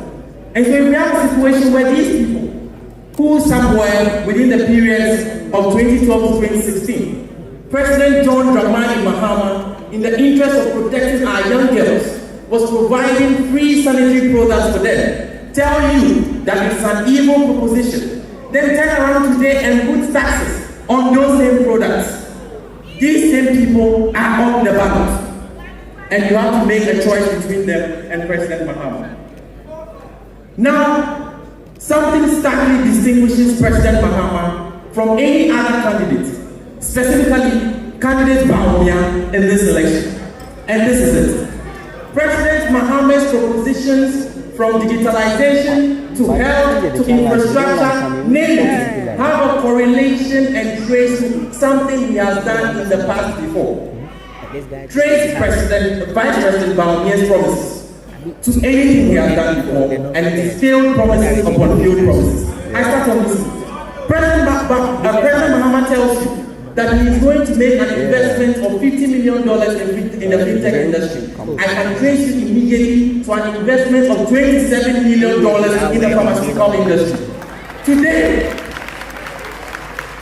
and that is track record. That is what Baumia lacks. Today, our pharmaceutical industry is exporting products to the whole of West Africa because of that investment. That investment, which President Mahama proposes this time, is going to be linked to the records of his achievement in the digital and innovation industry. I speak to you today to remind you that the Accra Digital Center is linked to this initiative of training 1 million coders. That is track record. Tell me how Vice President Baumia can link credit score to his record of high interest rates, to his record of the state itself being in debt, to his record of increasing exchange rates on a daily basis. Tell me. And to my sisters, I speak about this particular initiative more dearly because the empowerment of women is at the core of the growth of any nation. And until we give women capital and the means to develop their own business, we cannot empower them enough. Just giving positions won't be enough. Of course, to set the example, it will give the inspiration. But women must own capital to be able to be sustainably. President Mahama makes is in sharp contrast to the promises of Mahama Baumia, who tells you that borrow to buy parts. In sharp contrast with it. And so this is a call on you.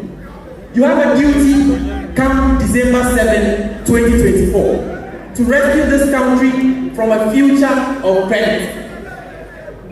I want to tell you a story, and I'll be ending on it. In every neighborhood, there is this provision shop where once a while you may see an inscription on it, no credit.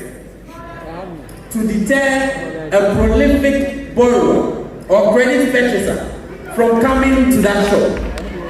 Ladies and gentlemen, how many of us in this auditorium and wherever you are under the sound of my voice wants to be the inspiration behind that inscription? The future Mahamudu Bawumia proposes to you is a situation where even if you will not get the no credit signal in town, you'll be receiving it in your emails because you have been living on borrowing too much.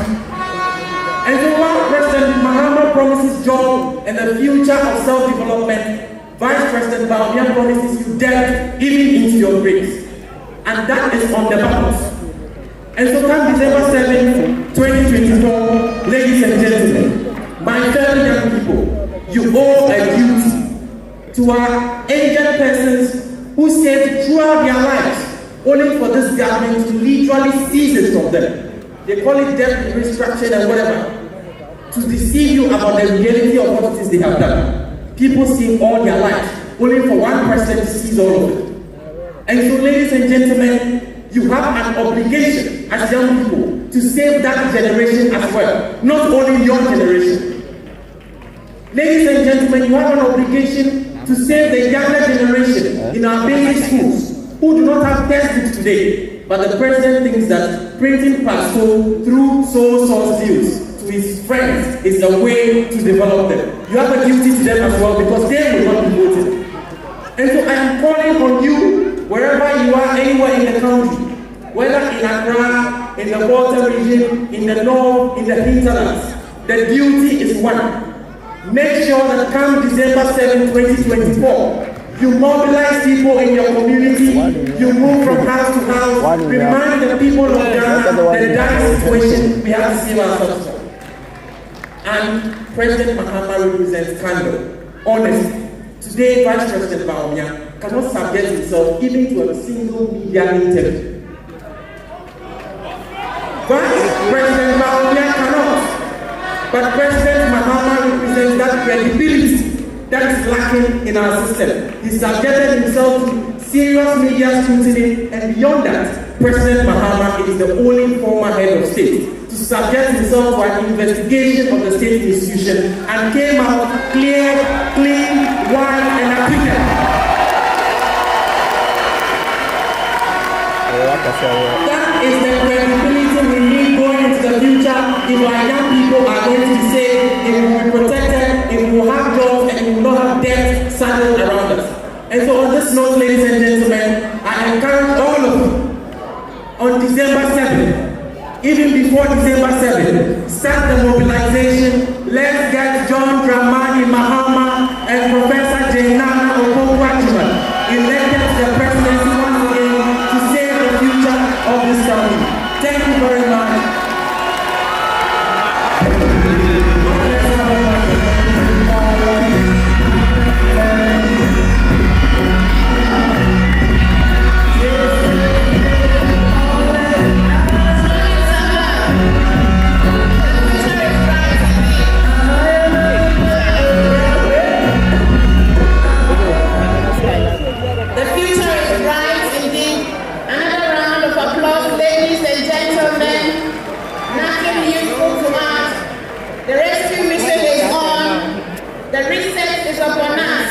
And change is certainly coming. All aboard the moving train. Action, action, action. And so, ladies and gentlemen, before the time we've all been waiting for to hear from the man of the moment, let me just ask, if you're watching us as a young person, any corner of the earth, any corner of the country, please take your phone. Take a paper and pen and write this number. 059692066. If you're in this hall, please write this number down as well. 05969206777. This is the contact to the youth call center. Act now, this moment, this minute. Give us a call and find out in what ways you can join the NDC 2024 campaign and in what ways you can register to be part of your future. Take action now. Please take this number, call the call center, and it will help you along your way to prosperity, to a future that we are all building together. And I'd like to also quickly add and acknowledge the presence of the Honorable Margaret Ansei-Mago, who is the National Women's Wing Task Force Coordinator, representing our indefatigable Women's Commander, Dr. Anna Bisu. Mago, where are you? Thank you. Please give her show her some love. I also like to acknowledge briefly and quickly Honorable Kwesi Opoku, former local government minister, Honorable Yile Tre, my own father. Thank you for the love, the mentorship, the guidance. Yes, we love you very much. Lawyer Wanda Kuto, NEC member, Honorable Mavis from former Minister Eastern Region, Honorable Yafu Al-Hassan, former MP, Deputy Minister of Great, and Concerned Drivers Association. Sharaf Mahama, where are you? Get out. Rise into the witness box. Sharaf, do you give your father to the country for the next 4 years? We should take him. We have him. The eyes have it. Thank you, Shara, for the work you're also doing in mobilizing the youth. We appreciate that. All hands on board, ladies and gentlemen. Now, let us welcome on stage our brother, the chair of the Youth Manifesto Committee, to come up and do us the honors. While he assists, he will be welcoming His Excellency John Mahama. Let us welcome